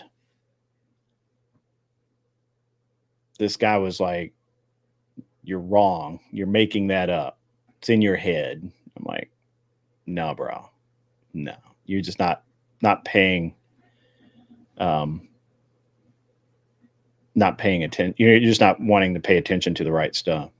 Yeah. So that was interesting. That was quite spicy earlier. And then he said something about my wife, and the mods banned him. So, oh yeah, that's a line. That's a line. I didn't actually understand what he was talking about first, but then they told me about it, and I was like, "Oh, okay, got it." Immediately lose all clout when you start doing shit like that. But yeah, like at least I can respect your tenacity, right? Yeah. I can respect the fact that you think that you're wrong. I mean, you're right when you're wrong, but when you start like doing other things like that, that's terrible. Yeah, I mean, it's obvious. Yes, it was not Lowe's too, not Nuxus. If I said Nuxus, I apologize. If I do apologize. I would. If I was Nuke, I would be offended. I would probably unsub. Yeah, I didn't mean to defame you there, sir. I apologize. So yeah. So yeah, this whole. So for those out there that don't have a credit card and don't ever want a credit card or to use anything like that. So we were in that boat and positioned ourselves pretty good in life, I think, without credit cards. So it can be done. But in the last couple of years, we've taken some pretty big leaps to get a few, but we've been very selective with what we've done. And there are some amazing benefits to all of that. But you have to build that discipline. And even though we had that discipline for decades that, had been built, it was still scary. The first one, like, I'm not gonna lie, and like everyone since is scary every time you do one. Um, it's a scary thing because it's kind of like it's kind of like a recovering alcoholic or something in a way, or a recovering gambler, right, or something. Like, and you're in that situation where you're in a casino, or you're in that situation where you're at a party and people are drinking or something, right? Yeah. And it's just you fear that temptation. But thankfully, um, the years of discipline and everything has paid off. It's kind of rewired the way that we operate, and so it's not an issue. I think that there's a couple of things that I see, especially young people do, is they get this, and I notice it. Maybe it's just me being older and noticing it more, but I've noticed a lot more of this in the last 5 years, 6 years than I ever have before, and that is there's a desperation for young people to have basically what their parents have. My camera just went all fucking wacky. What in the world is that? That's weird. It focused on my background. It did. It wants gun prattle. I know. That's what it is. Yeah, we'll get to gun prattle at some point. Wow, that's really not helping me. Give me a second. I'll fix this. That's odd. I changed lenses the other day to an autofocus lens, which I don't know that you got enough light in the foreground. I think that's probably what's going on. Because when you put your hand up, like, there's not a lot of light on it. I don't think it's going to focus that way. Well, but I don't know that. Yeah, I don't know. It should. It hasn't done this before, but I don't know what I did to change it. Give me 1 second, ladies and gentlemen. Listen to Clover Tack prattle, but not about me. Oh, I can prattle. I can prattle a lot. Doesn't hurt my feelings to prattle. No, I'll tell you the trick to credit cards, and what was it? It was Nuke out there, I think, that brought it up. Like, always pay them off. Be mindful of 2 dates. Be mindful of the date that your balance posts, and then be mindful of when that balance is due. And then the what I do is I'll make a payment a day or two before each one of those. So I make 2 payments on that a month, and then never get a card that doesn't have perks and bonuses and things like that. Like right now, for example, on my Bass Pro card, I've got about $800 in Bass Pro cash sitting in that fucker. Yeah, like I could literally go buy a gun right now for free at Bass Pro Shop. Now I'm not. Yeah. And every now and then I'll use a little bit out of that, but yeah, it's neat. I mean, and when you start looking at ones that offer, especially if you travel, ones that offer mileage and hotel stays and things like that, then this whole idea that I don't even understand. So maybe you can explain this to me, Grid. Sure. So if I have a card, which I'm this way, there was somebody out there that said with credit cards, the bankers make all the money. I don't know how anybody's making any fucking money. And I know that they have to be, but I don't know how, because I use my card. I pay my card off before there's any interest. So I'm spending the same amount of money that I would otherwise. Plus I'm getting cash back bonuses and that sort of thing. So I'm being given that, which is additional money. Plus I get percentages off all kinds of things. Who's making the money and where? I mean, that's right? a good question. So my experience has been that the banks actually don't count on people that pay. So the number of people who actually pay off their credit cards every month is, I know that this is going to shock you, but is surprisingly low. Oh yeah, what, single digits, or is it actually in doubles? I wonder. Um, it's probably in double digits, but it's probably like 20% maybe. Yeah. And the rest, the way that, I mean, there's a couple of different ways that this. So what you're saying is it's kind of like the insurance game, right? Yeah. Not everybody, the all of the people that don't use their insurance basically pay for everything that the people that do. Mm-hmm. So in the same way that they make their money off the people that don't pay their credit cards off, Mm-hmm.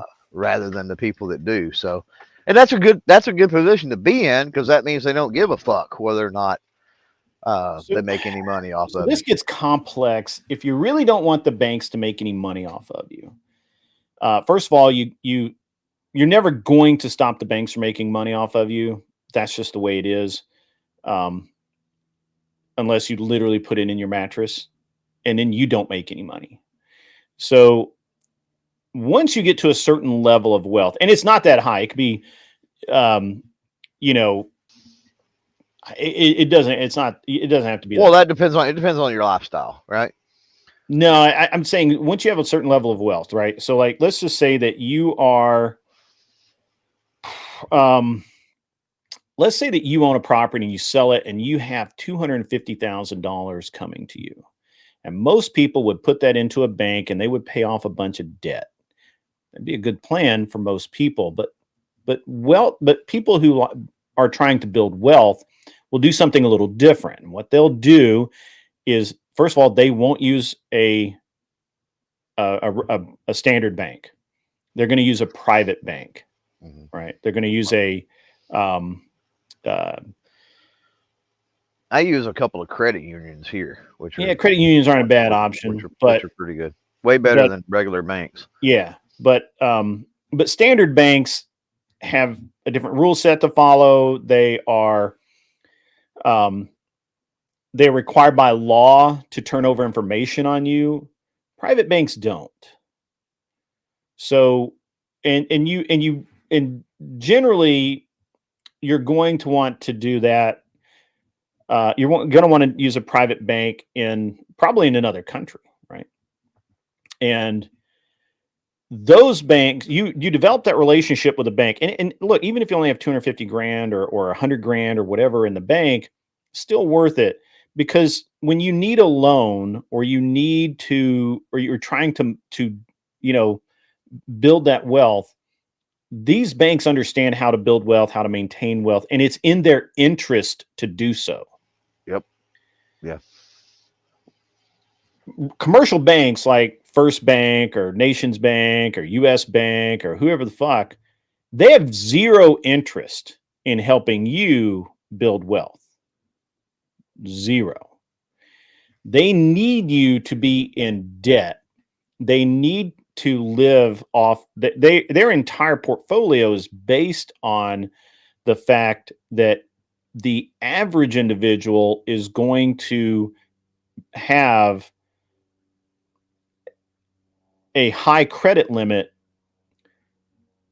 but they have a high credit limit because they get a credit card for $5 grand. They charge up $3 grand on it. They pay it down. They charge up $4 grand on it. They pay it down to but they never pay it off. They pay it down, and then they get a credit bump to $7,500. Now they're carrying a balance of $5,000 a month. They pay that down. The same, back and forth, and now they get a $10,000 back and forth, and they're paying interest on all of this. So where they start out with a payment of $130, $140 a month or whatever, they end up with their payment being mostly interest, and then mostly this is mostly interest that they're paying, but they go from like $130 a month payment to say $600, $700,000 a month, still manageable for a lot of people. And they have a high credit limit. They have $20,000, $30,000 credit limit, but they're carrying a balance of 8, 9, 10 grand, and they never pay. They pay it down, but they never pay it off. And the banks collect that interest every month, regular as clockwork. Yeah. And the guy gets his tax refund check, and they pay that down, or they'll do a consolidation loan, and now 2 banks are making money, right? Mm-hmm. So, and so I recommend, and what I do, right, is we try and keep it all right. For your average consumer that makes decent money, let's just say, they are able to put away $1,000 or $2,000 a month, and they have some savings. I don't care how much. I would still say that you want to develop a relationship with a private bank. You want to, you want to have anything that you own. You want to put that in a trust. You want to shield that, especially if you're doing stuff like Airbnb, or you are operating a business out of your residence or something like that. If somebody gets hurt or they just decide to sue you, it's really, look, people will sue for anything if they think there's money there. Yep. But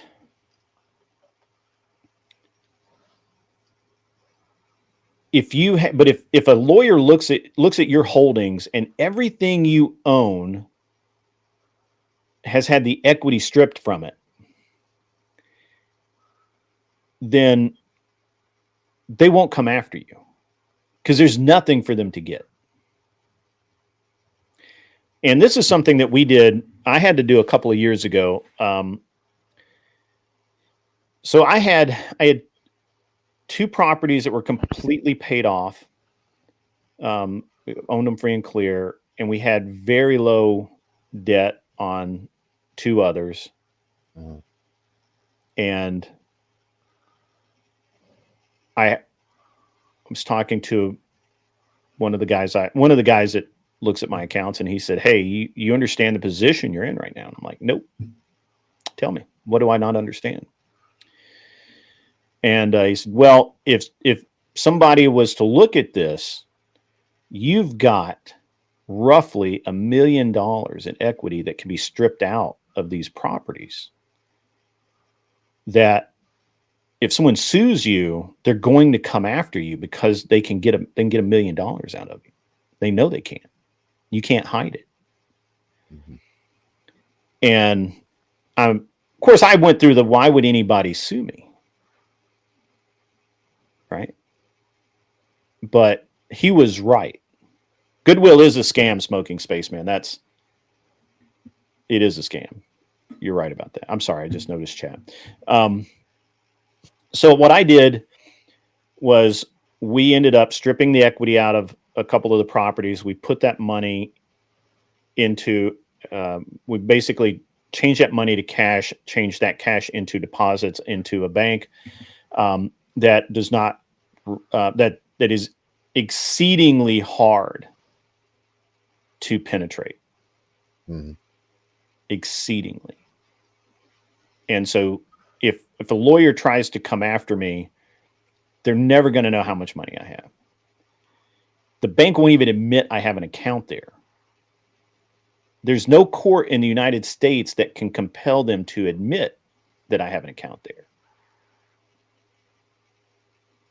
So, yeah. And that's how you do that. Yeah. Because it's a private bank. Well, go ahead. Oh, and so I know it sounds really odd.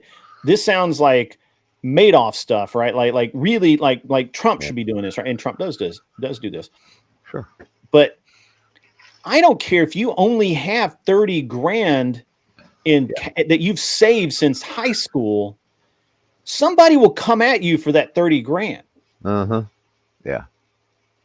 Now you need it to be somewhere where you can get it, right? Like, you want to be somewhat liquid. Mm-hmm.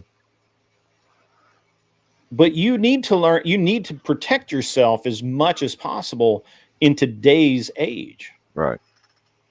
And and there's a lot of people, and I kind of fell into the gold and precious metals.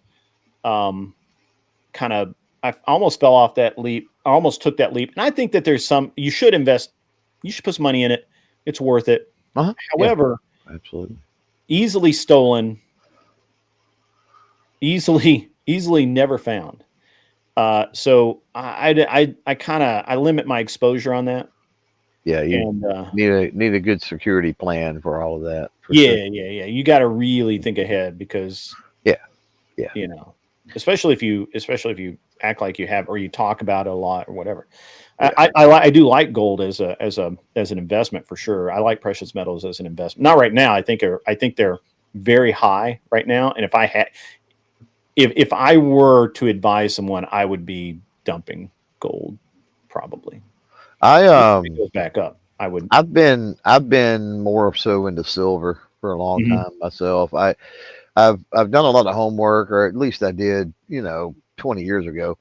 But I mean, I was buying silver at like $3 an ounce or something at one point. Yeah. So that's about how long ago I've been paying attention to all that, and a lot of the research and a lot of the talking heads and people that I've listened to and read and other stuff, they talked about the trend lines of gold and silver and how gold is either one of two things is true, well, or both. Gold is either inflated, Yeah. or silver is undervalued, and both to an extent could be true. But that's what drove me to silver. On the off chance that if those trend lines ever equalize as far as, because they were going over historical trends, and the gap between gold and silver and the rate at which it has increased has widened over time, which doesn't make any sense. Well, I think that there's a larger inventory of silver is the problem. If silver ever catches up, those that are vested in silver you're gonna be in really good shape. Sure. But historically, silver's just not as valuable because there's more of it. True. And Yes. True. Yeah. But But we're talking about trend lines. We're Yeah. but I mean, I get that. That's why it's lower than gold, and it'll always be lower than gold. But the gap in between it and gold is what I'm talking about. I think gold is overbought right now. I think it's I think that people are just putting a lot of money into it because, well, they feel like they missed the boat on Bitcoin, and they look at gold as another Bitcoin. In my opinion, one. That's my analysis. I think so. Yeah, it's trendy. So that's something, Yep. And we're going to. I think what we're going to see is I think that there's a lot of people who need to understand that we're coming into an era where the idea of precious metals, since so many of the things that we have traditionally used those precious metals for, like never lucky rubber duckies, gold is needed for all the electronics. That's why it's rising. Yeah, to some degree that's still true, but we're coming up in an era where there are other newer materials that have starting to be, that are replacing gold in that role, and they would have done it previously, but it's always how the technology evolves, right? Like at this point, gold is the cheapest way to do this, but when we get down into these carbon matrices and other things, that will graphite. All of these things that right now are too expensive or have been prohibitively expensive in the past. Now they're becoming more inexpensive, and that will be simply the manufacturing technology, right? Yeah, the technology. Think about for how many millennium. I mean, hundreds upon hundreds of years, things have been gold plated, right? Like the whole gold plating thing you've been able to do that for a very, very, very, very, very long time. And some of the newer materials and alternative materials, there's just not the technology to be able to like plate things with that. You can't get the heat right, on that Right. small of a Yeah. scale without melting what we call it, the host metals and things like that. But technology is helping with that. It's coming along for sure. Yeah, absolutely. And I think that that's one of the things that we have to really look at as we look at why gold is where it is. I personally think that people just, and this happens a lot, right? When what we see constantly is this, the stock market booms, and then people get to a point where they're like, okay, it's a little sketchy. We're going to have some, it's got to drop sometime. So they'll start pulling money out, liquidating and putting it somewhere else. Usually that somewhere else, it goes like gold, real estate, then back in the market, right? It's this triad almost that you can almost track. And crypto kind of disrupted that a little bit, because then you didn't have to put it into gold. You could put it into crypto. Crypto, I don't know if you've noticed, ain't been doing so well. I haven't. I've got some. I don't have any Bitcoin, but I think I've got. No, that's why you haven't paid Bitcoin. it. I think I've got some lost Bitcoin a Cash, and I've got some other things, some other Mhm. different types, but I don't even pay attention to it anymore. Like Yeah. it's so long term, seems like. Yeah. And I'm not over diverse by any stretch of the imagination. Like I've dabbled in it. That's about I mean, Bitcoin started. Is this today? I don't Wow. like the idea. I don't At like the idea of midnight, it was being. at 98,000, and it's currently at 85,000. So it's dropped Well, $5,000 in. that's the thing is the higher it gets, the more significant the swings are going to be. That's Yeah. just that's natural. It had a high of, try and get this right around. Wait, let's do the year. It had a high of $123,857. Wow. And then it is currently today at $85,043.99. Yeah. So that's damn. So, but I think people are. I think people are starting to understand that Bitcoin was not necessarily the answer. We'll see. All right. But I mean, again, the technology, gold is, yeah. Real quick, because Smoking Spaceman out there, when we were talking about credit cards earlier, made the statement that once upon a time, paying everything off was the way to go, but that now, with credit scores and whatnot, I think is what he was getting at, carrying a balance. So that's not necessarily true. Because here's the thing, carrying a balance and owing a balance is two separate things. And when I said earlier, I make 2 payments a month, I'm going to elaborate on this a little more for anybody out there that's curious and may want to try this method, because it's works really well for our credit. And so what we do is there's a certain day of the month, and with every card's different, so you'll have to figure that out. There's a date that the balance you have up until that point carries, but that balance is not owed for another 2 or 3 weeks. So I'll make a payment before the balance carries, and there'll always be a little bit of money that carries over, right? So I make a payment from, let's say the balance is 500, and there is, let's say 100 $100 in pending transactions. Well, I'll pay the 500, and then that 100 will carry that balance will carry over. So I'll have $100 balance, nothing exorbitant, right? And then I pay that a few days before it's due, right? And so I don't get interest on the 100. So while I am on paper carrying a balance, I never actually have a balance. Mm-hmm. And so to the credit reporting agencies, it looks like I'm carrying a balance, but I'm not. Yeah. Well, and I do kind of I do a similar thing. Yeah, and it's a little hard to explain, Mm-hmm. but So I pay my I mostly use American Express, and I use two of them. I have a blue and a platinum, and um, there's no real the platinum just has some perks to it, yeah, um, right. and I use them interchange, and I have to use them, and I use them pretty interchangeably. Mm-hmm. So, but it divides my bill into the interest balance, right?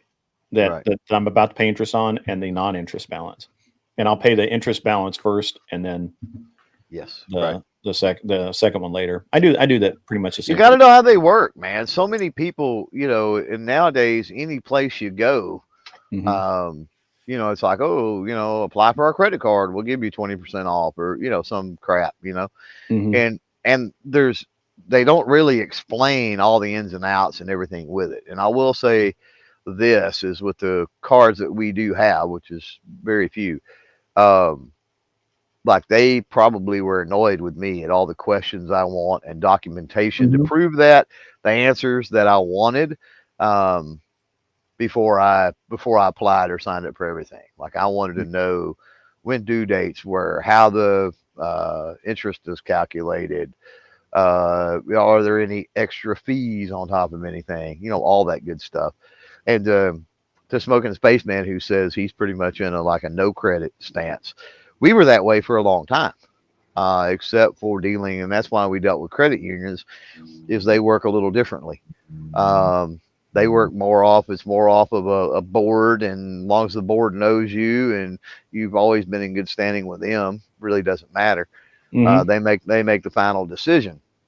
And so, but that was one of the reasons is like, hey, we want to try to get credit reestablished. And we just a week ago tomorrow bought a new car. So, Hmm. um, we've definitely gotten credit back up. I mean, into the good, into the really high end, mid to high, just depending on what's going on, mid to high 700s. So, um, it can done the right way, and exactly what we talked about before. The word is discipline. Yeah. If you're not fiscally, financially disciplined, then fucking stay away from credit cards. I'll side with you on that all day long. But if you have fiscal and financial discipline, um, man, there can be so much benefit out of them. Yeah. So I used to be an anti-credit guy.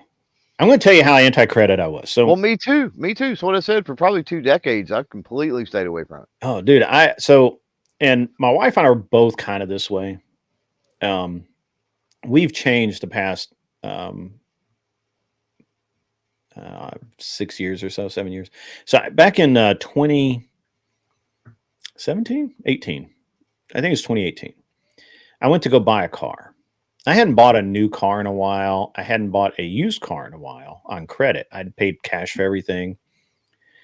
And it was one of those things where it's like, I just want a nicer car. And so I found one on Carvana. And so I'll go through their lending and I get denied. And I'm like, what? Um, what? And so I was like, okay, Because well, you're a deplorable grid. I know. So I was like, what the fuck? And they're like, and they, of course they don't, the way that they did their financing, then they couldn't tell you what the deal was. Yeah. And so I was like, okay, that's fine. So I'm like, well, maybe my wife and I both need to be on it, as we'll kind of co-sign for each other or whatever. And they didn't have a way to do that at that time. They didn't have any way to do that. Now I want to say that in 100% honesty and clarity, at that time, I had about right around $240,000 in the bank, cash. But And no I could have credit. bought that car. Could have paid cash for the car, but you can't get financing on it. I could have bought the car without even I've been there, noticing, dude. Been like, there. It's not even exactly noticing. where we were. Exactly the And situation that and we were so in. yeah, Yeah. and so I go to my bank, which I've been banking with forever, but I'd never had a credit card with them. I'd always had a debit card. My debit card had a $9,000 a day cash out limit, right? Like a point of sale limit. Like then the lady had said she'd never seen one that high. And I'm like, well, I owned a race team and, this was my emergency card if the business card didn't work. And also for people who think that it's smart to put all of their expenses on a business credit card, don't do that. Don't do that because you don't get personal credit for it. Anyway, so I go to my bank. Hey, I want to get a loan. And they're like, okay. They wouldn't give me the loan. And the lady giving me the lady who interviewed me for the loan was like, I can't believe you didn't get approved. You have a higher credit score than I do, and I just got approved.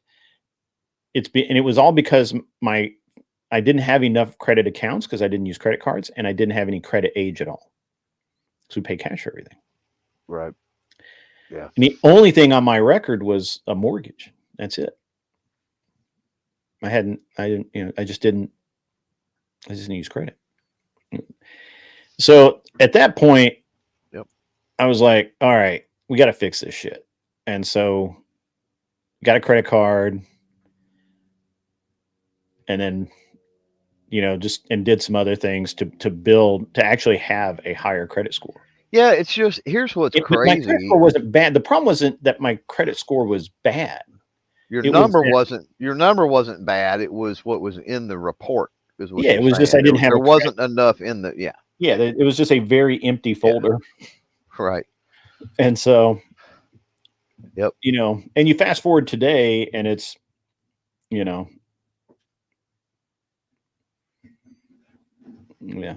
1,024.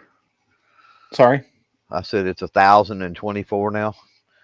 1,024. No, my credit score is okay. I never get a really high credit. I don't know why. That's because every little thing affects it. You know what I mean? Um, So get this. So this is what's fucked up.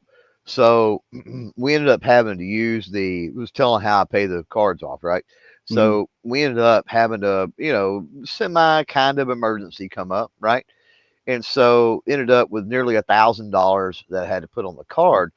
And then by the time that I got to a point in a situation to where I could pay it off, we're talking about, 24 to 48 hours here. It was just, it happened in a really bad time slot that I ended up carrying, again, not owing, but carrying a balance of nearly $1,000. And so the credit report, this was like a month ago, right? I'm going to give you a timeline. It's fucked up. So this happens and my credit took like a fucking 15-point hit or something, right? And I'm like, well, that just sucks because that's timing. Next month it'll come back up, whatever the hell. So then we start getting serious about looking for cars and stuff. And so I get online one night and I'm talking to some buddies on the phone while I'm online shopping and whatever, or looking around, and just clicking on the calculators and the playing with the different things on these websites hit me for like another 20 fucking points, dude, on my credit. Like I wasn't doing anything but just kind of calculating payments. You know how all your car sites have that shit, right? And it's like it affected my damn credit. And then I'd be damned if we didn't go buy the thing, and no sooner than we got home, it affected it again. So in the last month, I've had like an 80-point fucking hit. We have on our credit score.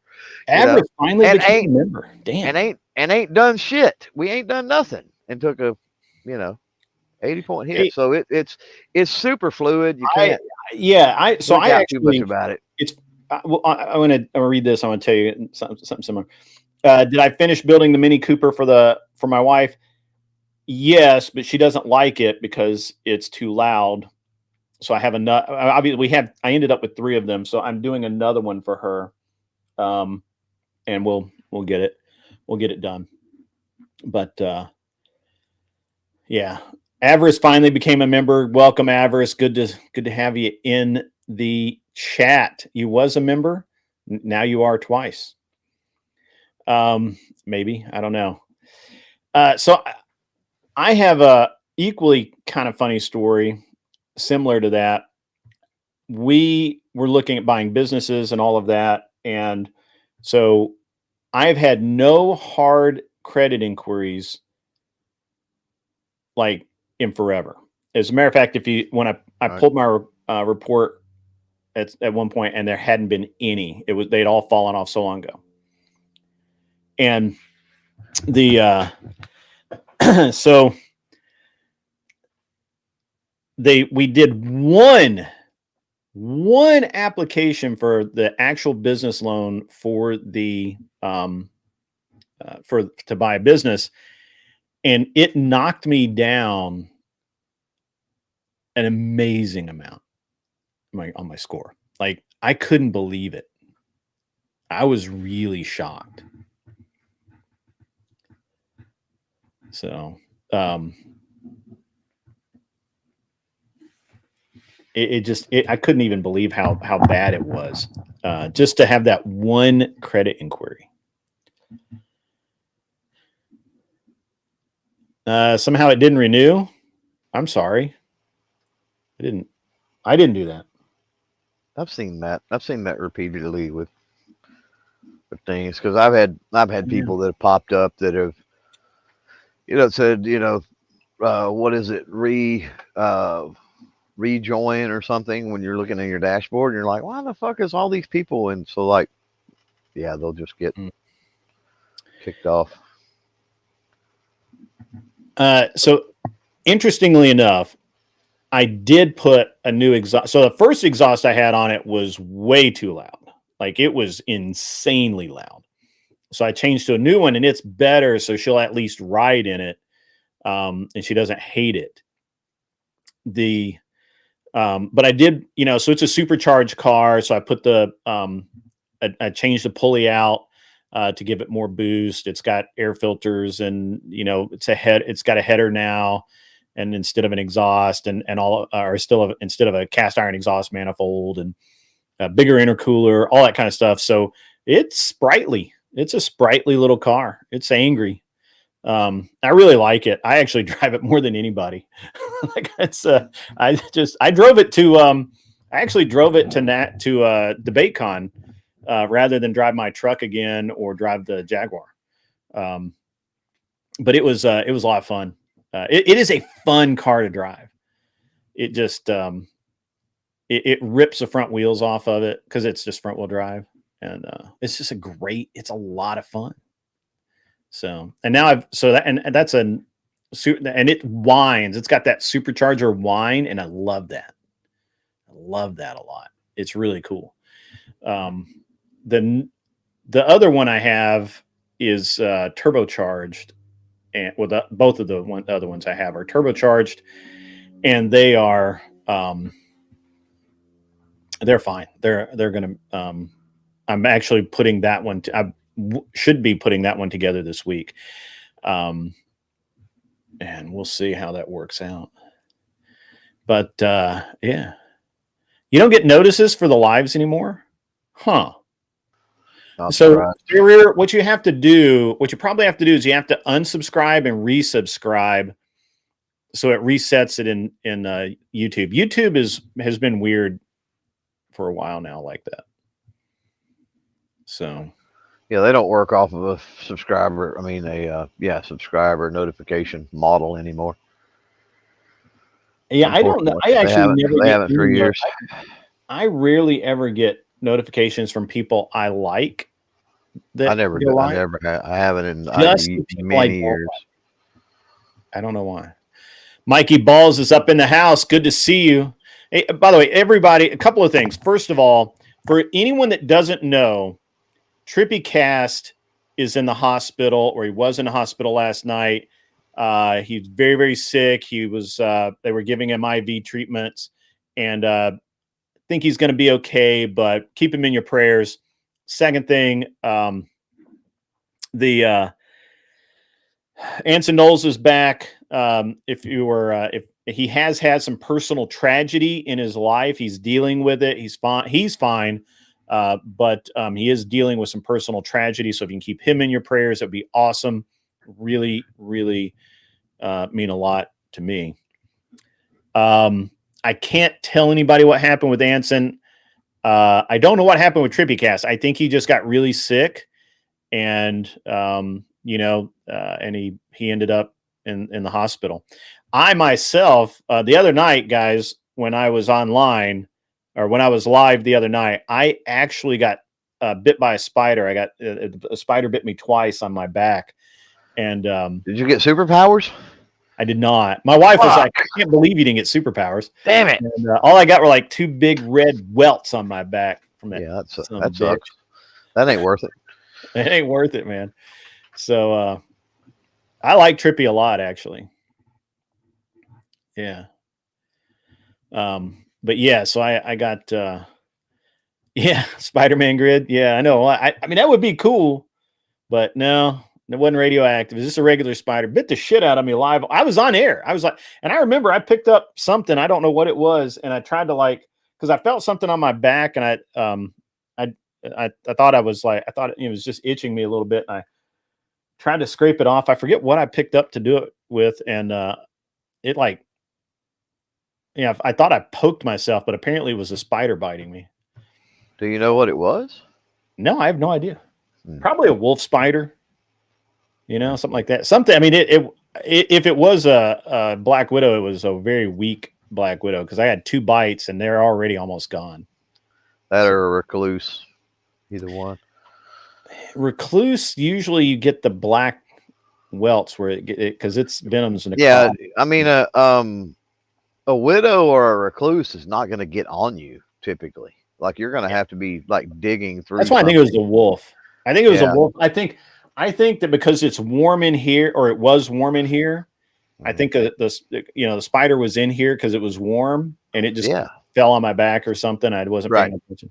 Yeah. And anyway, it bit the shit. I mean, it fucking hurt when I did it, but I thought I just poked myself, right? Like I don't know what I was using to try and like get it on. I was like doing this. You can see it on the thing, on the video, and I didn't think anything about it. I woke up the next morning. I'm like, damn, it still hurts. So I had my wife take a picture of it, and it sure enough, man, it's 2 red welts on my back. Yeah. And wow. I ended up going to the urgent care, and the guy's like, it looks good. You're not infected or anything. It's going to heal good. And he's like, yeah, it's just an unknown spider bite reaction to spider venom. I do know that like my since it's on this side, this lymph node has been just sore as fuck. So, that's always good. But yeah, so I'm gonna end up setting off a spider bomb in here at some point. Yeah, I think it only bit me because I poked at it. Yeah, I'm sure it did. Yeah, I'm a big spider lover. Yeah. I don't have an issue. I don't take issues with spiders at all. You pretty much have to fuck with them in order for them to do anything, I found. And you're in kind of invading their space. You're threatening them or poking them or touching them or something like that. So yeah. Yeah, I have them that'll build outside the door. It's so fucking annoying, and it's mostly like garden spiders and things like that. But they'll build right, and I get why there's a porch light there. Like I understand it, but they will build right out, like in front of the door, out here at the man cave, and you're like, "Fuck, can't you build somewhere else? Like you're not, I want you around because you get rid of other things, Right, but, yeah. But holy shit, don't build in front of the door, dude." And you'll tear the web down, and try to move it over or do something, and they'll just build it right back. We have those kind of bigger spiders with they're kind of yellow and green. Mm-hmm. I call those And garden spiders. I don't know yeah, what like they some are. kind of garden spider, and they'll build these massive freaking webs, man, like right over the damn Yeah. dirt. Yep. Oh, they don't build small webs at all. No, no, those guys. Like it's horror movie, grade webs that they build, man. It's nuts. And they get big too. Yeah. Fucking Helping Hound says, if you're cold, they're cold. Pokey and Day Day didn't have annuities. That's funny. Uh-huh. It's funny. That's funny. Fucking spiders are cold. So I see Never Lucky and who else? And Ferrier. So here's my stance on Trippy. I like Trippy. I think he's a good dude. He has a problem, him and Rob have some beef together. That's between them. They're men. They can settle it. Other than that, I like Trippy a lot. I think he is actually a really good dude. And he's been nothing but like good faith in pretty much every interaction I've ever seen him have. So I get it. People aren't going to like him because him and Rob have a little bit of a beef. And I haven't been, again, I understand that I'm Rob's friend and, but at the same time, they can have their beef and I can be like, you guys need to work this shit out. Right. Mm-hmm. Yeah. So yeah, it's me. I don't play the Trippy has nothing to do with Rob. Okay. Fair enough. I don't play the schoolyard games. That's yeah. stupid. I don't know what beef somebody would have with Trippy. But whatever. I don't have any problem with. I like Trippy. He's a good dude. He's okay. But What's a VTuber? Lucky says I just hate VTubers. Oh, VTubers. I don't know what a VTuber is either. I don't know. Y'all got some weird like language and shit over here sometimes. Like I what just the hate hell? VTubers. Maybe it's the fact that he uses the avatar. Maybe, but I don't cam up. But of course, I've got a channel. You can go look at me all you want. But I mean, you can see video. I mean, Trippy's cammed up before. has he?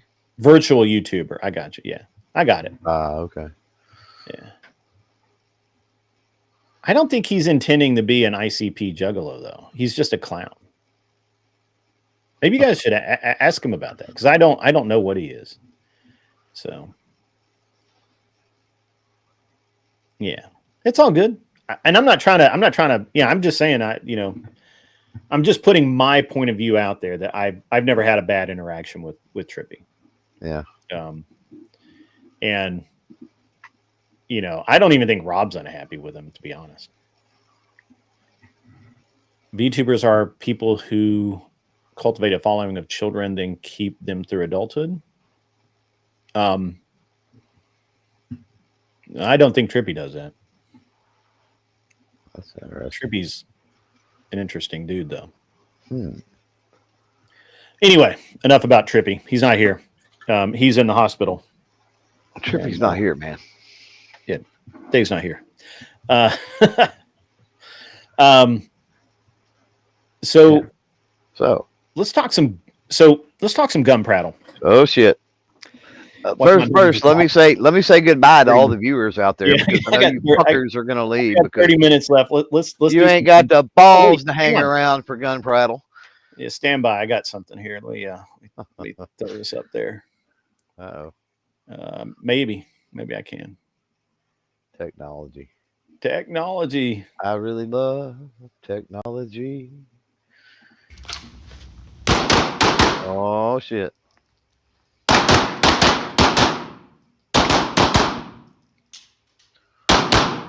Pretty slick, man.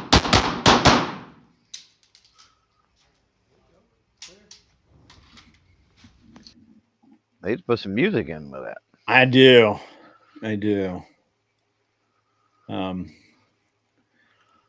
Yeah. So, I do need to add music. That's what it's missing. It's music. Yeah, make it so much better. So have you been following the SIG thing? I saw Phil Strader over on Which one? Coleon. Like the place here in Texas, what was it, the insurance place where the guns went off, or the yeah, like Well, I saw which part of it? Strader over on Coleon War, and he actually, or how New York, whatever, Yeah, yeah. Coleon. I saw him over there, and he made a really good point that I hadn't actually thought about. Is that SIG keeps asking for people to send them these defective or malfunctioning firearms, Hmm. and they haven't gotten even one back, Yeah. which I find very curious. And in all of the lawsuits, now this is according to Phil, I don't think he can lie on camera, and certainly it would be used against him in the courts if he did. Right. According to Phil, when they've gone to court over these supposed malfunctions or defective fire, uncommanded firings or whatever, not one expert that the lawyers have hired to look into it have been able to duplicate it or make it happen or explain why it happened. And so now even the lawyers are changing their tune to where it's no longer an uncommanded discharge. They're calling it a defective firearm, but they can't say why it's defective. Nobody's been able to do that. I think it's interesting. It's an interesting point because, and this is one of the reasons I've kind of stayed out of it, is because I own one and I know how it works, and I could never understand how, without manipulating the trigger somehow, that the gun could fire. Because even if you were to let the sear drop, without the trigger moving, the striker lock doesn't come. The striker lock doesn't fall down, and if the striker lock doesn't fall down, the striker can't go forward. Yeah, but inertia. We had that conversation before. Well, Inertia has been shown to carry the trigger enough to overcome that. But you're talking about the issue is you're talking about a cocktail of multiple things that it has to go wrong almost. Right. That's that's because it's one of the reasons why I really hadn't talked about this, because and I've stayed out of it up until now because I didn't realize. So I actually have been waiting for somebody. I've been waiting for what Phil said, and that is we went to court. They were unable to explain any of this, and they paid experts, and their paid experts could not explain this, and it can't explain how this happens. There's a bunch of guys who explain it that do not explain it. There was a show the other day, this Browning high power guys that are trying to sell something, and they can't get it to happen at all without manipulating the trigger. They have to manipulate the trigger. Yeah, in some way, right? In some way. Doesn't necessarily have to be a physical touch manipulation, but yeah, it could be. There has to be some type of force imparted upon it. Yes, right? Yeah, the trigger has to move. Yeah, and there's some different reasoning behind it. Now, I don't like Strader's comment about it, since you have these 4 to 6 pound triggers in these guns now, that by making them so light, there's that much more chance for them for these things to happen, especially if officers are used to the 12-pound New York triggers that have been typical duty triggers. Yeah, right. And you just can't treat the gun the same way. I get that. Right. But I just don't. And it's also not Glockish in that there's not a dingus. Right. Yeah, and that's weird too. But hold on now. But we understand now. I mean, you know why there are no zippers on cop jackets anymore. Hmm. For the listening audience, the reason why there are no zippers on police jackets anymore is because the police, when they would reholster their weapon, the zipper would get, or when they would holster the weapon, even in the dressing rooms, the zipper pull would get into the trigger guard of the Glock and pull the trigger, activating the dingus. Hmm. Right. And But it activates the dingus. So it activates the dingus. That's my issue with the SIG. If the SIG had a dingus, it wouldn't do what it's doing. But Well, yeah, okay, but it's not if you were allowing the trigger to get manipulated, then it's not an uncommanded. Well, if it's getting well, again, you're using the word manipulating, and I'm talking, and what I said was any type of force being applied, and that doesn't require touch to impart force onto a trigger. So, but it does require touch to activate, deactivate whatever the dingus, right? So, if you had that movement going on due to some type of a force, as long as you weren't pressing that dingus down, it wouldn't go off. But I mean, I'm just I playing think a that's devil's. kind of I'm just nitpicking, playing. I'm nitpicking and playing a devil's advocate because because the SIG was just not designed to be that way. right. And I do think, and one of the interesting things that I've noticed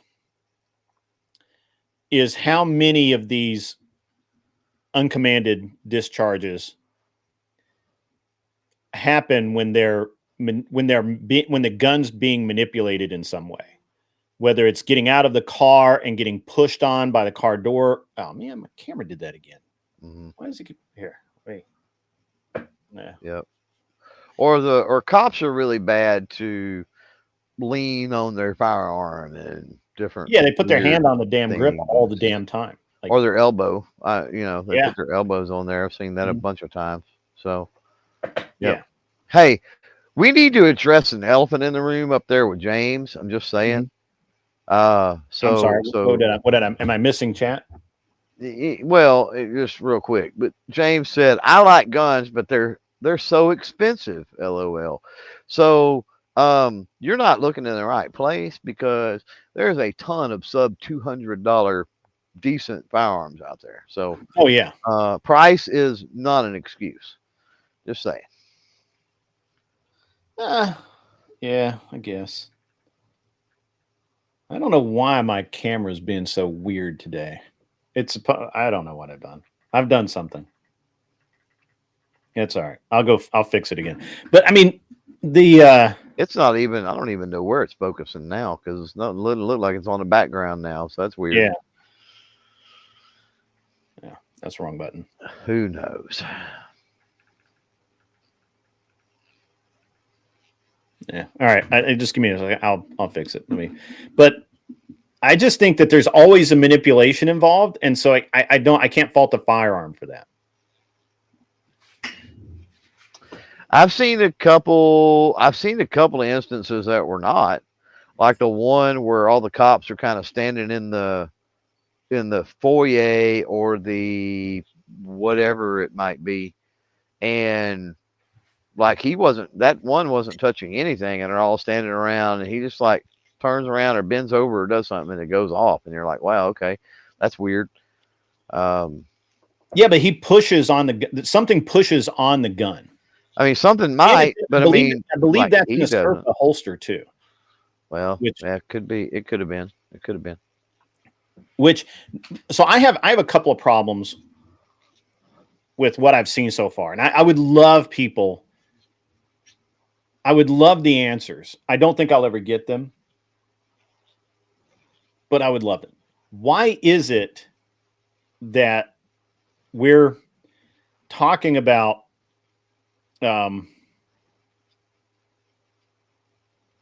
these uncommanded things, and nobody's looking at the holsters, nobody's looking at how these things are happening? The two videos that I've seen that I think actually are the closest to reality is the cop getting out of the car. He gets out of the car, and as he stands up, it's obvious that the gun bumps something, and or is it's pushed in some way, and then it goes off, Right. and he's like, "What the hell?" So I don't know whether he had it got caught as he's getting out of the car, or what. I don't know. Well, everybody has to, you know, and I don't know when we'll ever stop talking about SIG, but everybody has to, you know, look at the information out there, which there's tons of it, and make that call for themselves. And I'm not doing it. I would potentially do it. The price would have to be really, really, really, really good. Which I ain't found that yet. Even though there are some really good deals out there, considering, you know, because of all the hype, all the stuff going on. I'm finding the opposite. I actually looked for a 320, and it would be a total, you know, unload it, take it to the range, load it, range toy. I just don't know. Really? Yeah. I don't know. I can't bring myself to trust it. But that's me. And it's not like, here's the beauty of it, right? It's not like I don't got 14 billion other guns. Right. Well, I've actually shot my P320 in competition for a long time. Yeah. And I actually have an armory. You know, I don't have a factory trigger. I've got an armory trigger that's even lighter than stock. Never had any problem with it whatsoever. But I'm using a very specific holster, and I'm not an idiot.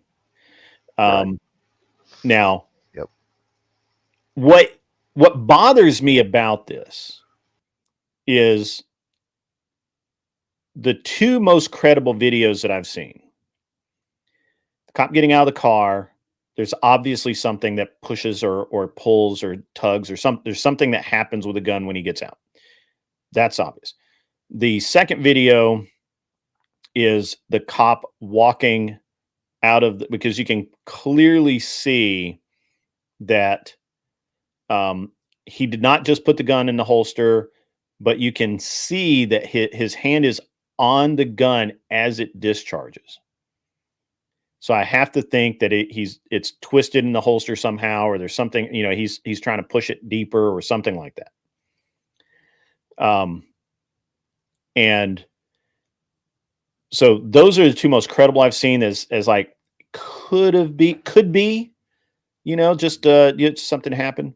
I had this whole deal I was watching this thing the other day where they're talking about a delayed sear disengagement. The problem is it's impossible to happen. And what he's basically saying is that when you rack the slide and let the slide go forward, that the firing the firing pin, the striker does not engage the sear. And it's just kind of hung up. And so the sear is not in place, I guess, or whatever. And so it just comes, you know, at some point in the near future, it comes unstuck and then goes forward, which is impossible because there's a sear lock. Even if that were to happen, as it comes forward with the sear in place and no trigger put with the trigger in place, the trigger bar has the catch up and it's going to catch the firing pin. It can't happen. It physically can't happen the way this guy's talking about. And I've actually put some thought into this, and I just don't see it. Now, I do believe that I 100% believe that if you have one of the early SIGs and you've not done the heavier trigger assembly or whatever it was, then you could, in fact, drop a SIG on directly on the butt of the gun, and it could fire. However, that's a lot of guns, though. Let's be honest. Right. I was about to say. However, if you drop my 1911, it's really likely it's going to fire. Yeah, it could. I've actually seen a like 1911 cocked, locked, and the safety on drop and hit like that, and I cringed when it wasn't mine. It was at the range, and it hit on the concrete, and I just knew it was going off, and it didn't. I've witnessed the Well, 1911 not going off, but that doesn't mean it can't. yeah, there's a risk. I don't drop Yeah. my 1911. Don't drop your shit. Yeah, exactly. Don't drop right. your shit. And Ferrer, is it the guy with the thing in the machine and all? Send me the video over on Discord. I'll check it out. I bet I've seen it. And I bet I can discount it in a heartbeat. My problem is that you would have to defeat 3 safety things in a row for that firing pin to go forward that are all controlled by the trigger. So the trigger has to be manipulated somehow. And unless now it could be, although I thought that it had all been discounted, it could be that every single gun that's gone off has these I'm dropping my shit. It could possibly be. Yeah, that's bullshit. That's a bullshit video. I've seen this. The Wyoming Gun Project guy. Yeah, he's talking about how you can twist the slide, but you have to depress the trigger enough to get the sear pin out of engagement to do it. Right. Yeah. You have to you cannot get it to do it without manipulating trigger. That's a problem. And so just don't manipulate the damn trigger. Now, Ben Stager's back in this full bore because they had a gun at a USPSA match that was in a hole. So, and I haven't seen the video. I don't think the video has been released. Stager says he's seen the video. Supposedly, the gun is in the holster after load to make ready, no hands on it, and it just goes off. Supposedly, it's got thousands of rounds on it, no problems whatsoever. It's an X5. And also supposedly, I don't have documentation on this. It's all stock and it's never been gunsmithed or fucked with. This sounds suspicious to me because I had the stock trigger in my SIG, in my X-Carry, and it was an okay trigger. But there's no fucking way I would shoot USPSA with a stock trigger in a 320. I just wouldn't do it. So I'm dubious. Now, Stager says he's talked to the people, checked it out. He's 100% on board with this was an actual uncommanded discharge, and he thinks there's actually a problem with the gun. I just don't know. A helping hound. It would be fascinating if we come to learn that only the P320s have been drilled tapped for optics are the culprit. Well, that would be weird since they're all drilled and tapped for optics. And that would be weird if that was the case. Yep. And I have an I have an M17 set up, and I've reconfigured, and I don't know. The interesting thing to me. So here's the thing. Can there be a problem with some of them? Absolutely, 100%, sure. Right? But the issue is then you've got 2% of the instances, 5%, let's say 10%, and be generous, of the instances are legit, like there's something going on manufacturing that's not right, But the problem is that other 90% that muddies the water, that it gets twisted in the holster. There's something in the holster. It snags on something. You got your hand on it. You drop it. You know what I mean? Like, and all of that, you muddy all of that together. You muddy all that together, and it's dangerous because you're making a decision one way or another, right?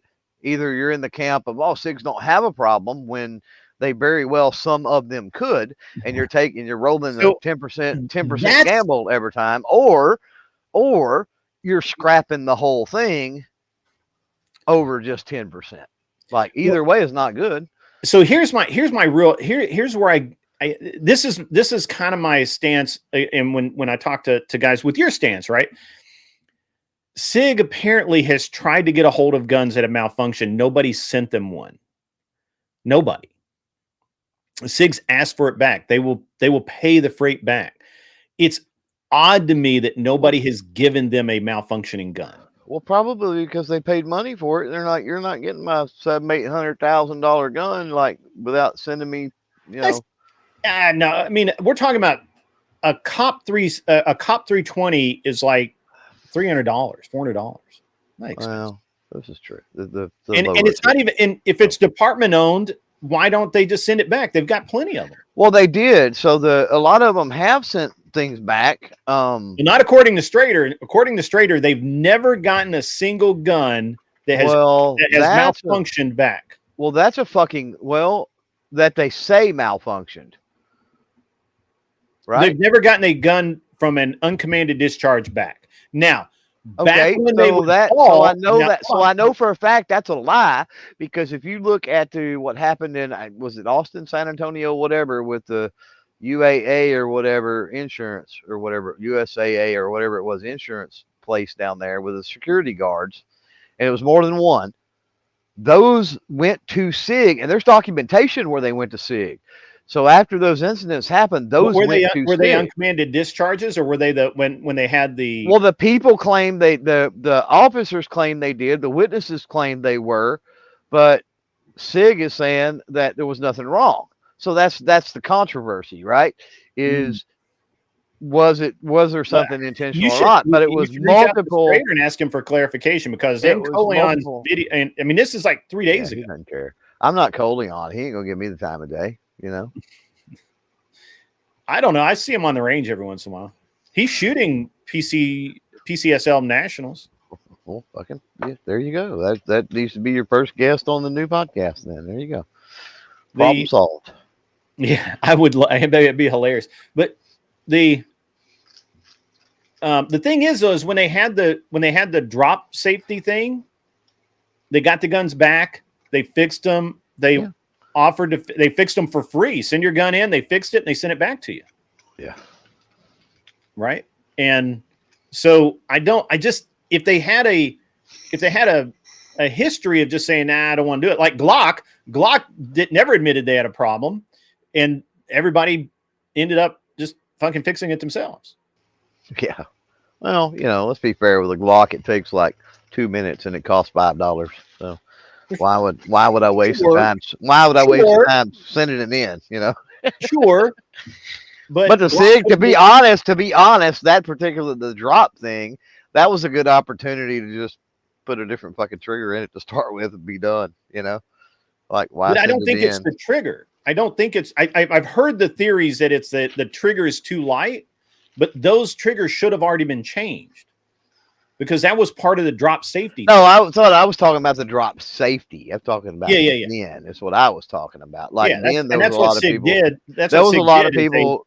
There was a lot of people. There was a lot of people during that recall that did not send them in. They just fixed it themselves. Right. Well, I mean, the trigger, and they just ordered the trigger from SIG, and it takes 5 minutes. Or aftermarket. Or like me, Armory. I did an Armory craft. But yeah, I don't know. That would be interesting on the insurance company one, because I don't and I'd have to look it up, but Strader says they've not gotten any of the supposed provable, or uncommanded discharge guns back for analysis. Well, when you start caveating, and you just did with provable, like, okay. Well, I mean, like video and all of that, of it happening. Yeah. But even with video, I mean, can you really tell? Because it looks like this or it looks like that. But just because you've got your hand on it doesn't mean that it's necessarily doing anything to make it go off. That's the other thing. But what we saw with Glock, and actually Strader makes a good point here too.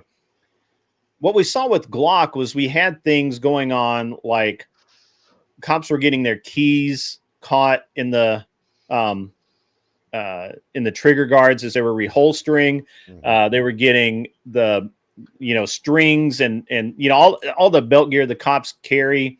They were getting miscellaneous things in the trigger guard as they were holstering the weapons, which at some point would cause the gun to AD. Glock never really. Glock never said there was a single problem with the gun at all. Matter of fact, they came out and said, "Yeah, there's no problem here. You guys are just idiots," and that's which fair enough. They never even put in a heavier trigger. They never did anything. They didn't, the dingus didn't stop it from happening, anything like that. Yeah. And yeah, that whole thing didn't go nearly as viral and for as long as the SIG thing has. Well, it wasn't. It was like SIG has the precursor of the drop stuff, right? So it's just been this steady progression for many years that something is fucked up with SIGs, and I don't know that. I think that's actually true. I think that they've been a little wishy-washy. They've been a little wishy-washy with the way that they've handled things. I don't think the PR has been very consistent. The messaging from SIG has not been as consistent as I think it should have been. They got a lot of issues they're dealing with, and Glock didn't really have all those issues, I don't think. Well, Glock didn't live in a social media age when that was happening. This is true. No, at least it wasn't as prevalent.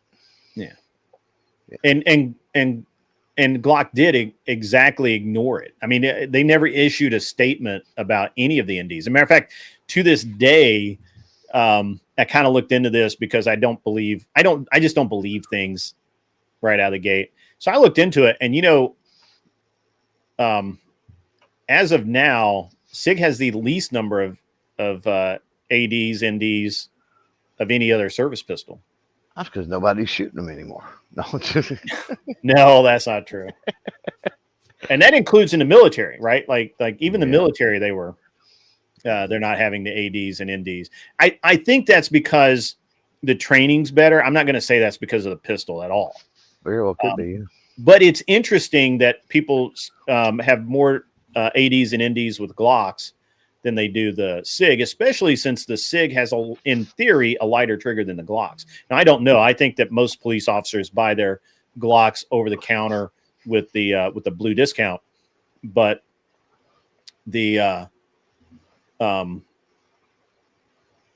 so they're not buying the heavy police trigger. Like, I think that they're probably, or normally would, if they ordered it through their departments. So I don't know. Never Lucky Rubber Ducky, revolvers break all the time. As a matter of fact, I think the most unreliable guns in the world are actual revolvers. Well, whatever. Whatever. They break all the time. Fake news. Fake fucking news. Oh my God. Yeah, they break all the time, but are they as prone to what I hear when I hear break is I hear malfunction, right? Mm-hmm. Something goes wrong with it. And within that context, no, like it's blatantly obvious that semi-autos are going to have more issues. For ammunition reasons alone, they're going to have more issues.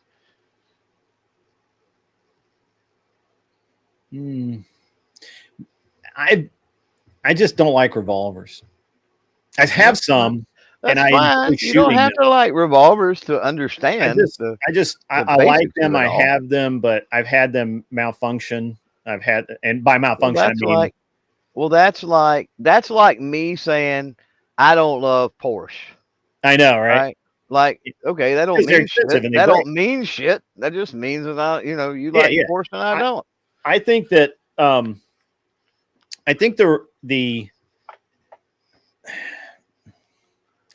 think if you've got a really good revolver, you have a really good gun. But a really good revolver now is really expensive.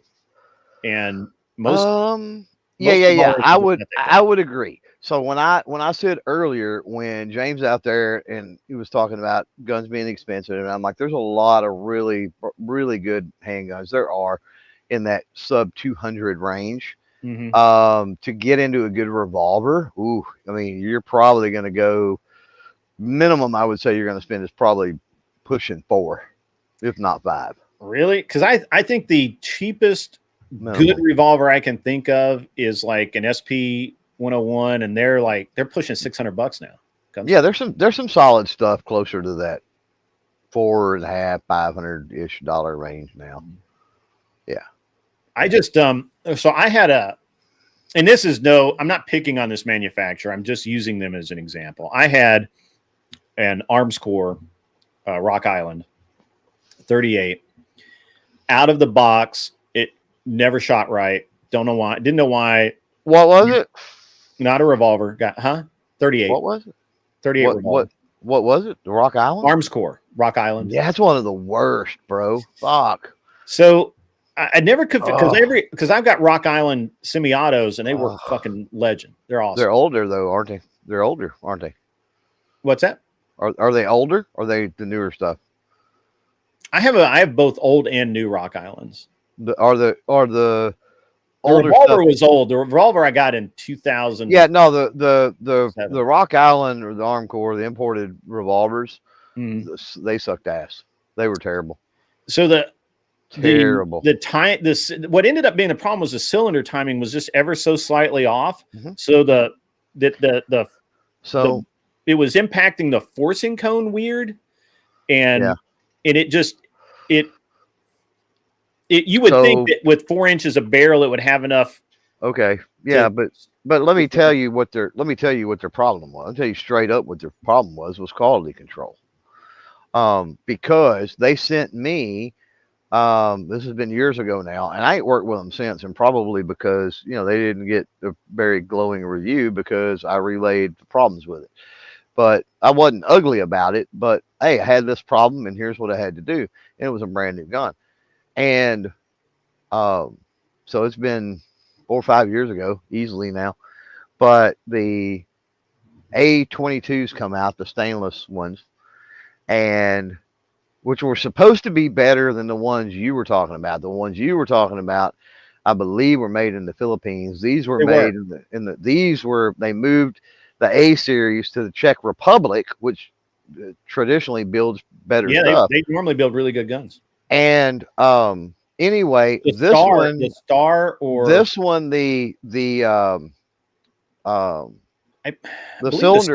revolvers are made in the Czech Republic. The cylinder stop was locking up on this one. Like it would lock the whole revolver down. Wow. And I had to disassemble it. And the cylinder stop it's the weirdest fucking thing I'd ever seen. It's 3 pieces.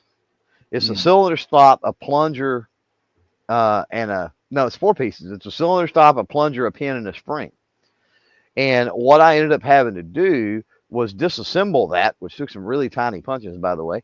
But disassemble the actual cylinder stop assembly, and get some, which thank God I had 3D printing stuff. So my nozzle cleaning brushes were really, really, really tiny.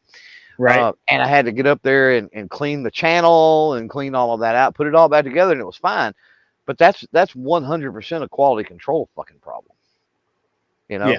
And I've heard that constantly with the Rock Island stuff, constantly. Now, there was a time, and not just from the Czech Republic or the revolvers, but across the line entirely, everything they make. And the what was I going to say? Once upon a time, back in the mid 2000s, 2010, 2012, 13, let's say 10, 15 years ago, Rock Island was building their semi-autos, their 1911s especially, some pretty solid shit. They're nice. I've got a bunch. But they're just not what they used to be. They just have slowly regressed. And to be fair, a lot of companies do that. That's not unique to Rock Island. There's a lot of companies. That's why we got the saying, they don't make them like they used to. Yeah. So I've got, revolver wise, I've got a Dan Wesson. Well, there you go. That's pretty 357. It's an old gun. It's awesome. It's basically a 44 Magnum frame. Yeah. It's awesome. Pin barrel. It's the interchangeable barrel system. Oh, it's interchangeable. Yeah. So I've got and I think I have the 4-inch and the 6-inch barrels, but I may have gotten rid of the 4-inch barrel because I never used it. Mhm. There's just no reason to have a revolver with a 4-inch barrel. And a 44. I have a 44. That one's And not a 44. no, I have a Dan Wesson 357. And a 44 frame.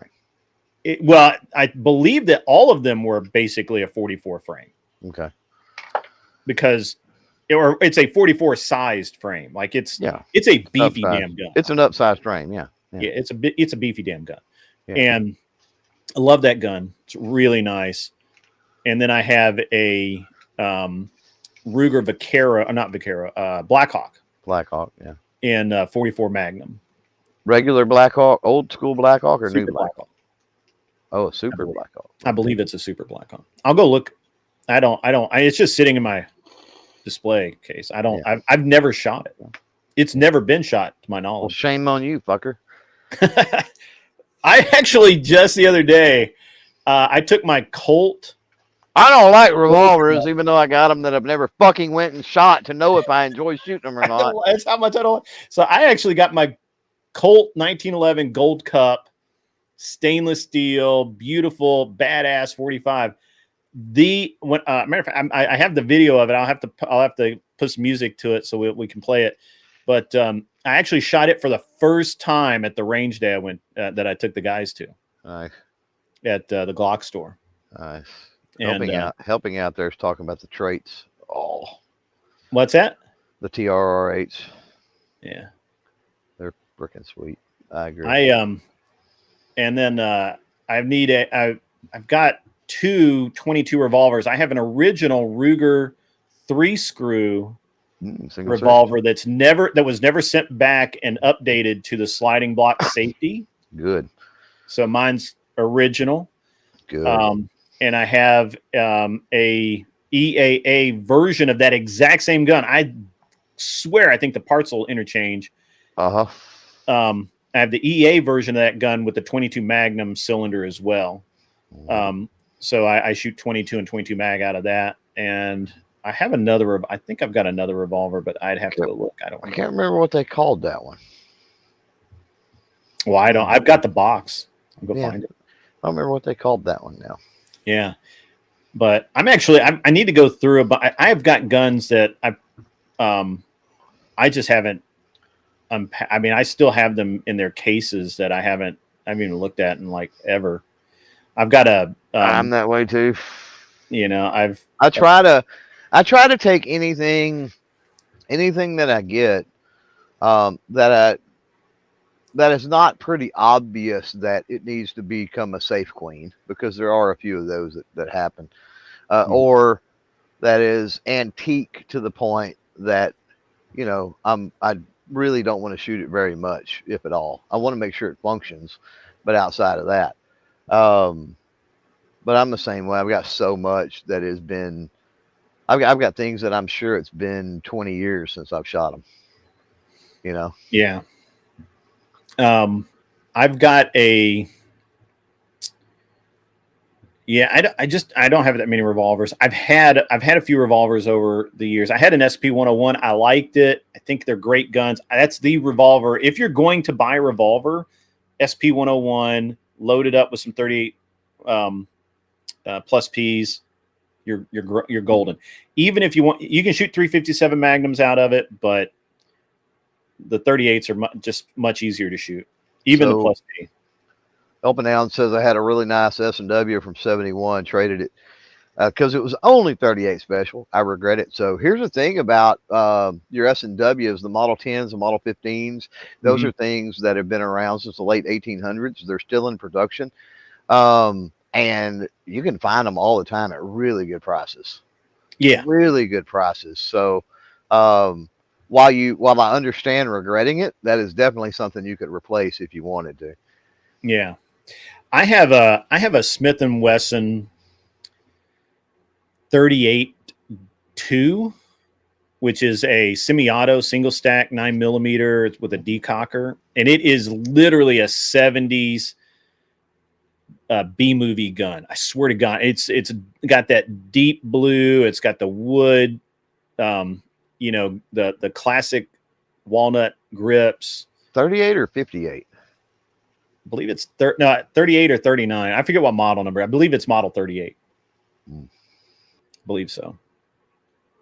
Yeah, they still make that gun, or they make a version of that gun. It is but now it's still a single stack, but it's a stainless frame, polymer grips. Yeah, that would be a 60 something or a 600. Yeah, it's a 60, but 60 38 or 60.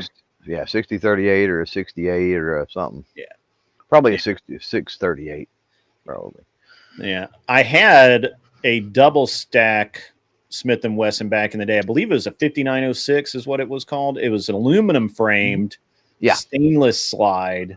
Yeah, the 59. And it was it was issued to state troopers a lot. Nice. Was it engraved? No, mine was not issued to state troopers, but I understood that gun was. That's what it was. Yeah. I've got a buddy that collects the 3rd Gen Smiths. Mm-hmm. Oh man, he's got so many. He's got a California Highway Patrol. He's got Chicago PD. He's got just so many different stamped versions of the 3rd Gen Smiths. It's nuts. The only gun that I know was owned by the only gun I have currently that I know was owned by a police officer is I have a SIG 226 German that was owned by a U.S. Marshal, and he only fired 6 shots a year out of it. Nice, because he had to qualify. Other than that, it's set in his desk drawer. I've got several. I've got a revolver that was my grandfather's backup. My Colt Detective Special is actually my grandfather's backup that he had back in the day. And then I've got several. My Mossberg 590, for example. I got several that came from local departments when they got rid of, upgraded or whatever. Mm-hmm. They sold theirs to. There's one specific, it's not here anymore, but there was one specific gun shop here that the guy that owned the gun shop was actually a deputy. And so obviously he got preference to buy all of the surplus. Yeah, whatever. Yeah, for sure. And he always got stuff from local police academy and stuff too. And so I bought so much from there through the years that I've got quite a few that were, they're not, I don't have any, I don't think, that are marked, that are stamped, but I've got a ton that I know for a fact came from departments. Yeah, I don't, and I never really went out of my way to do any of that. The stuff that I have that is that way is it just happened to be that way. It wasn't like I looked for it or anything like that. I have an AMT backup that I'm 90% sure was owned by a cop. Nice. I bought it, and I bought it from this guy in Colorado, and I thought that he was. I'm 90% sure he was a cop, but he wouldn't tell me he was a cop. So for those out there in the chat that are still hanging on through the gun prattle, you're fucking troopers, first of all. But I'm curious. Throw a comment out there. Weirdest reason, right, or most uncanny reason, whatever you want to word it, that you bought a gun. I'm curious to hear that, because I'm one of these people that I don't really go looking for anything, but there are times that I see stuff that, I run across for one reason or another I just got to have. And sometimes the reasons are absolutely silly. But, one of the ones I've got I think it's a Smith & Wesson Model 65, which is a 357 revolver. That I bought it because the serial number is 1776. Like, that's literally the only reason. I mean, the price was right too, don't get me wrong, but like, I wasn't looking for it. I didn't particularly need it, but I was looking at it, and when I flipped it over, I'm like, holy shit, it's 1776 on the serial number. Like, I gotta have this one. Yeah, I mean, so I just buy guns. I don't even need a real reason to. Yeah. I just buy them. Well, Yeah, but I mean, ultimately, there's some kind of reason. You like the way it looks. I mean, the price was right, is a lot of it. If you're kind of like me, I'll buy anything if the price is right, gun wise, anyway. Um, A lot of but times it's to fill a sometimes hole. it's like I like the way it looks, or I like, hey, I like the action, or like the way a certain part operates, or there's usually some little quirky something about it. So I have I had when I was in high school, I carried a Beretta 92, and then I sold it because, and I say at high school, I got out of high school as my first or second year in college at a Beretta, and um, the I sold it, needed money, more than I needed the gun. Mm. Then I bought a Taurus PT 92, same gun ish. Never liked it. Just it felt clunky compared to the Beretta. Really, I just never liked the grips. I just never liked it. really. So I like the thinner grips on the Beretta. I liked everything about the Beretta. So the grips are nowadays you can swap all that out, but yeah, I Yeah. hear you. Yeah. Nowadays you can. I couldn't back then. And even if I could have, I There didn't have wasn't the a money. there So, hasn't been but the last 10 or 15 years, I don't know what 20, I'm going to say 2013 to 2015 probably is when it happened, so more like the last yeah. 10 years, but the explosion in the accessories market is Mm. like, oh my god, I wish we had that in the 90s or 80s or whatever. Like, oh my god, you can get anything for anything, literally. So, and I didn't have a Beretta for a long time. And then I was in Colorado, and I don't know. I bought a Beretta, the rotating barrel one, Yeah, Storm. the Storm. Yeah, I forget the model number. PX4 Storm. PX4, yeah. I loved it. A friend of mine really wanted to buy it, offered me money for it. I sold it to him. I really didn't. Now, do you have 945? What, 40? 9mm. 9? Yeah. No, I think that was 45. I wanted one in 9mm. It was in 45. Yeah. So I sold it to a buddy of mine because I don't, I like 45. I didn't really, but I needed a higher capacity because I was actually going to shoot competition with it. Decided not to. Went a different route. Sold the gun.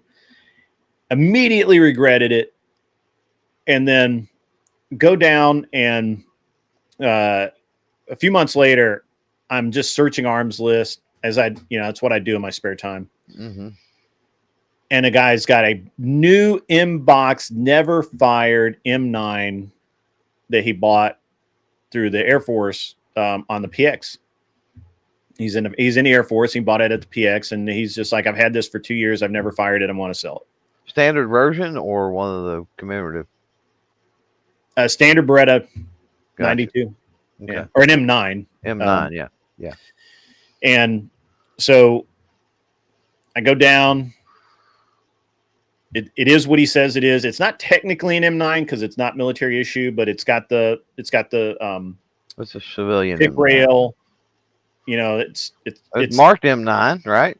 I believe it is marked M9. I'd have to go look at it. But I believe it's marked M9, but it's not. Yeah.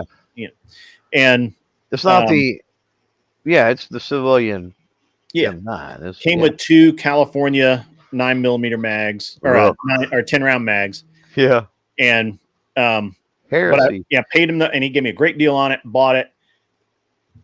I have maybe shot it twice, but I like the gun. Enjoy it.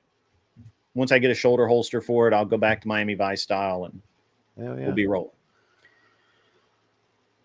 Fast forward about 10 years, and I'm at the gun shop one day, and one of the employees there is like, I think I'm going to sell my the compact version. I think it's called a Centurion in the Beretta line, but it's the compact PT90 or compact 92. Right. And I'm like, really? He's like, yeah, I think I'm going to sell it. So I bought that, and I bought a PX4 Storm carbine, which uses the same mags. So I have. Well, that would be the CX4, but yeah. Yeah, CX4. So I have the carbine that uses mags. I have the compact P92 and The full size. the full size 92. Nice. Yeah. And I have and that's the only reason I have any of that is because I just wanted another 92 like I had right out of college, right when I started college. Funny how that works. Yeah. Yeah. and things just fall my way, right? Like the guy's like, yeah, I'll sell it, and he's like, oh, I'm looking to sell this, I want to buy this, and I'm like, all right, I'll buy it.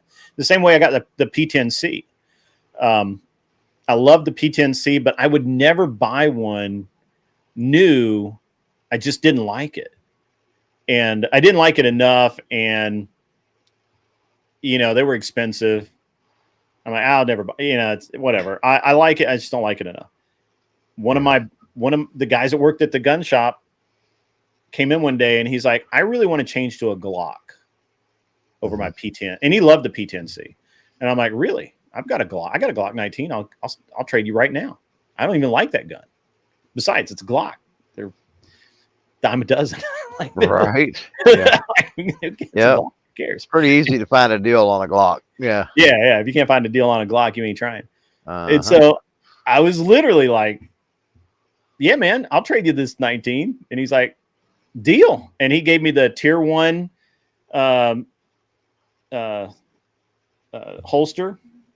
And with the mag, he's got the separate mag pouch or the sidecar mag pouch and everything, and appendix carry. And he had like 5 or 6 mags with it. And I traded him the Glock. He liked the 19, but then he traded that in towards 34, and he concealed carried a Glock 34 forever. Like that was his concealed carry gun. So the longish slide Glock. Right. So anyway, I got to jump off here, guys. It is after 3. I got to go pick my kid up from the climbing gym and go do some other stuff today. If you have had a great time watching the show, hit the like, subscribe, and all the other things. Do all the things, and I will be back probably Wednesday night. And Wednesday night I'll be back, and we'll have some more fun. I don't think I'm doing a show tonight, and we'll be talking more in the future. Clover Tack, I'll probably give you a ring here shortly. Everybody else, have a great day. I'm going to send you guys over to Jim Bob's. Bye. So please stand by while you're teleported over to the Jim Bob land. As always, be cool. Wear the glasses if you need them.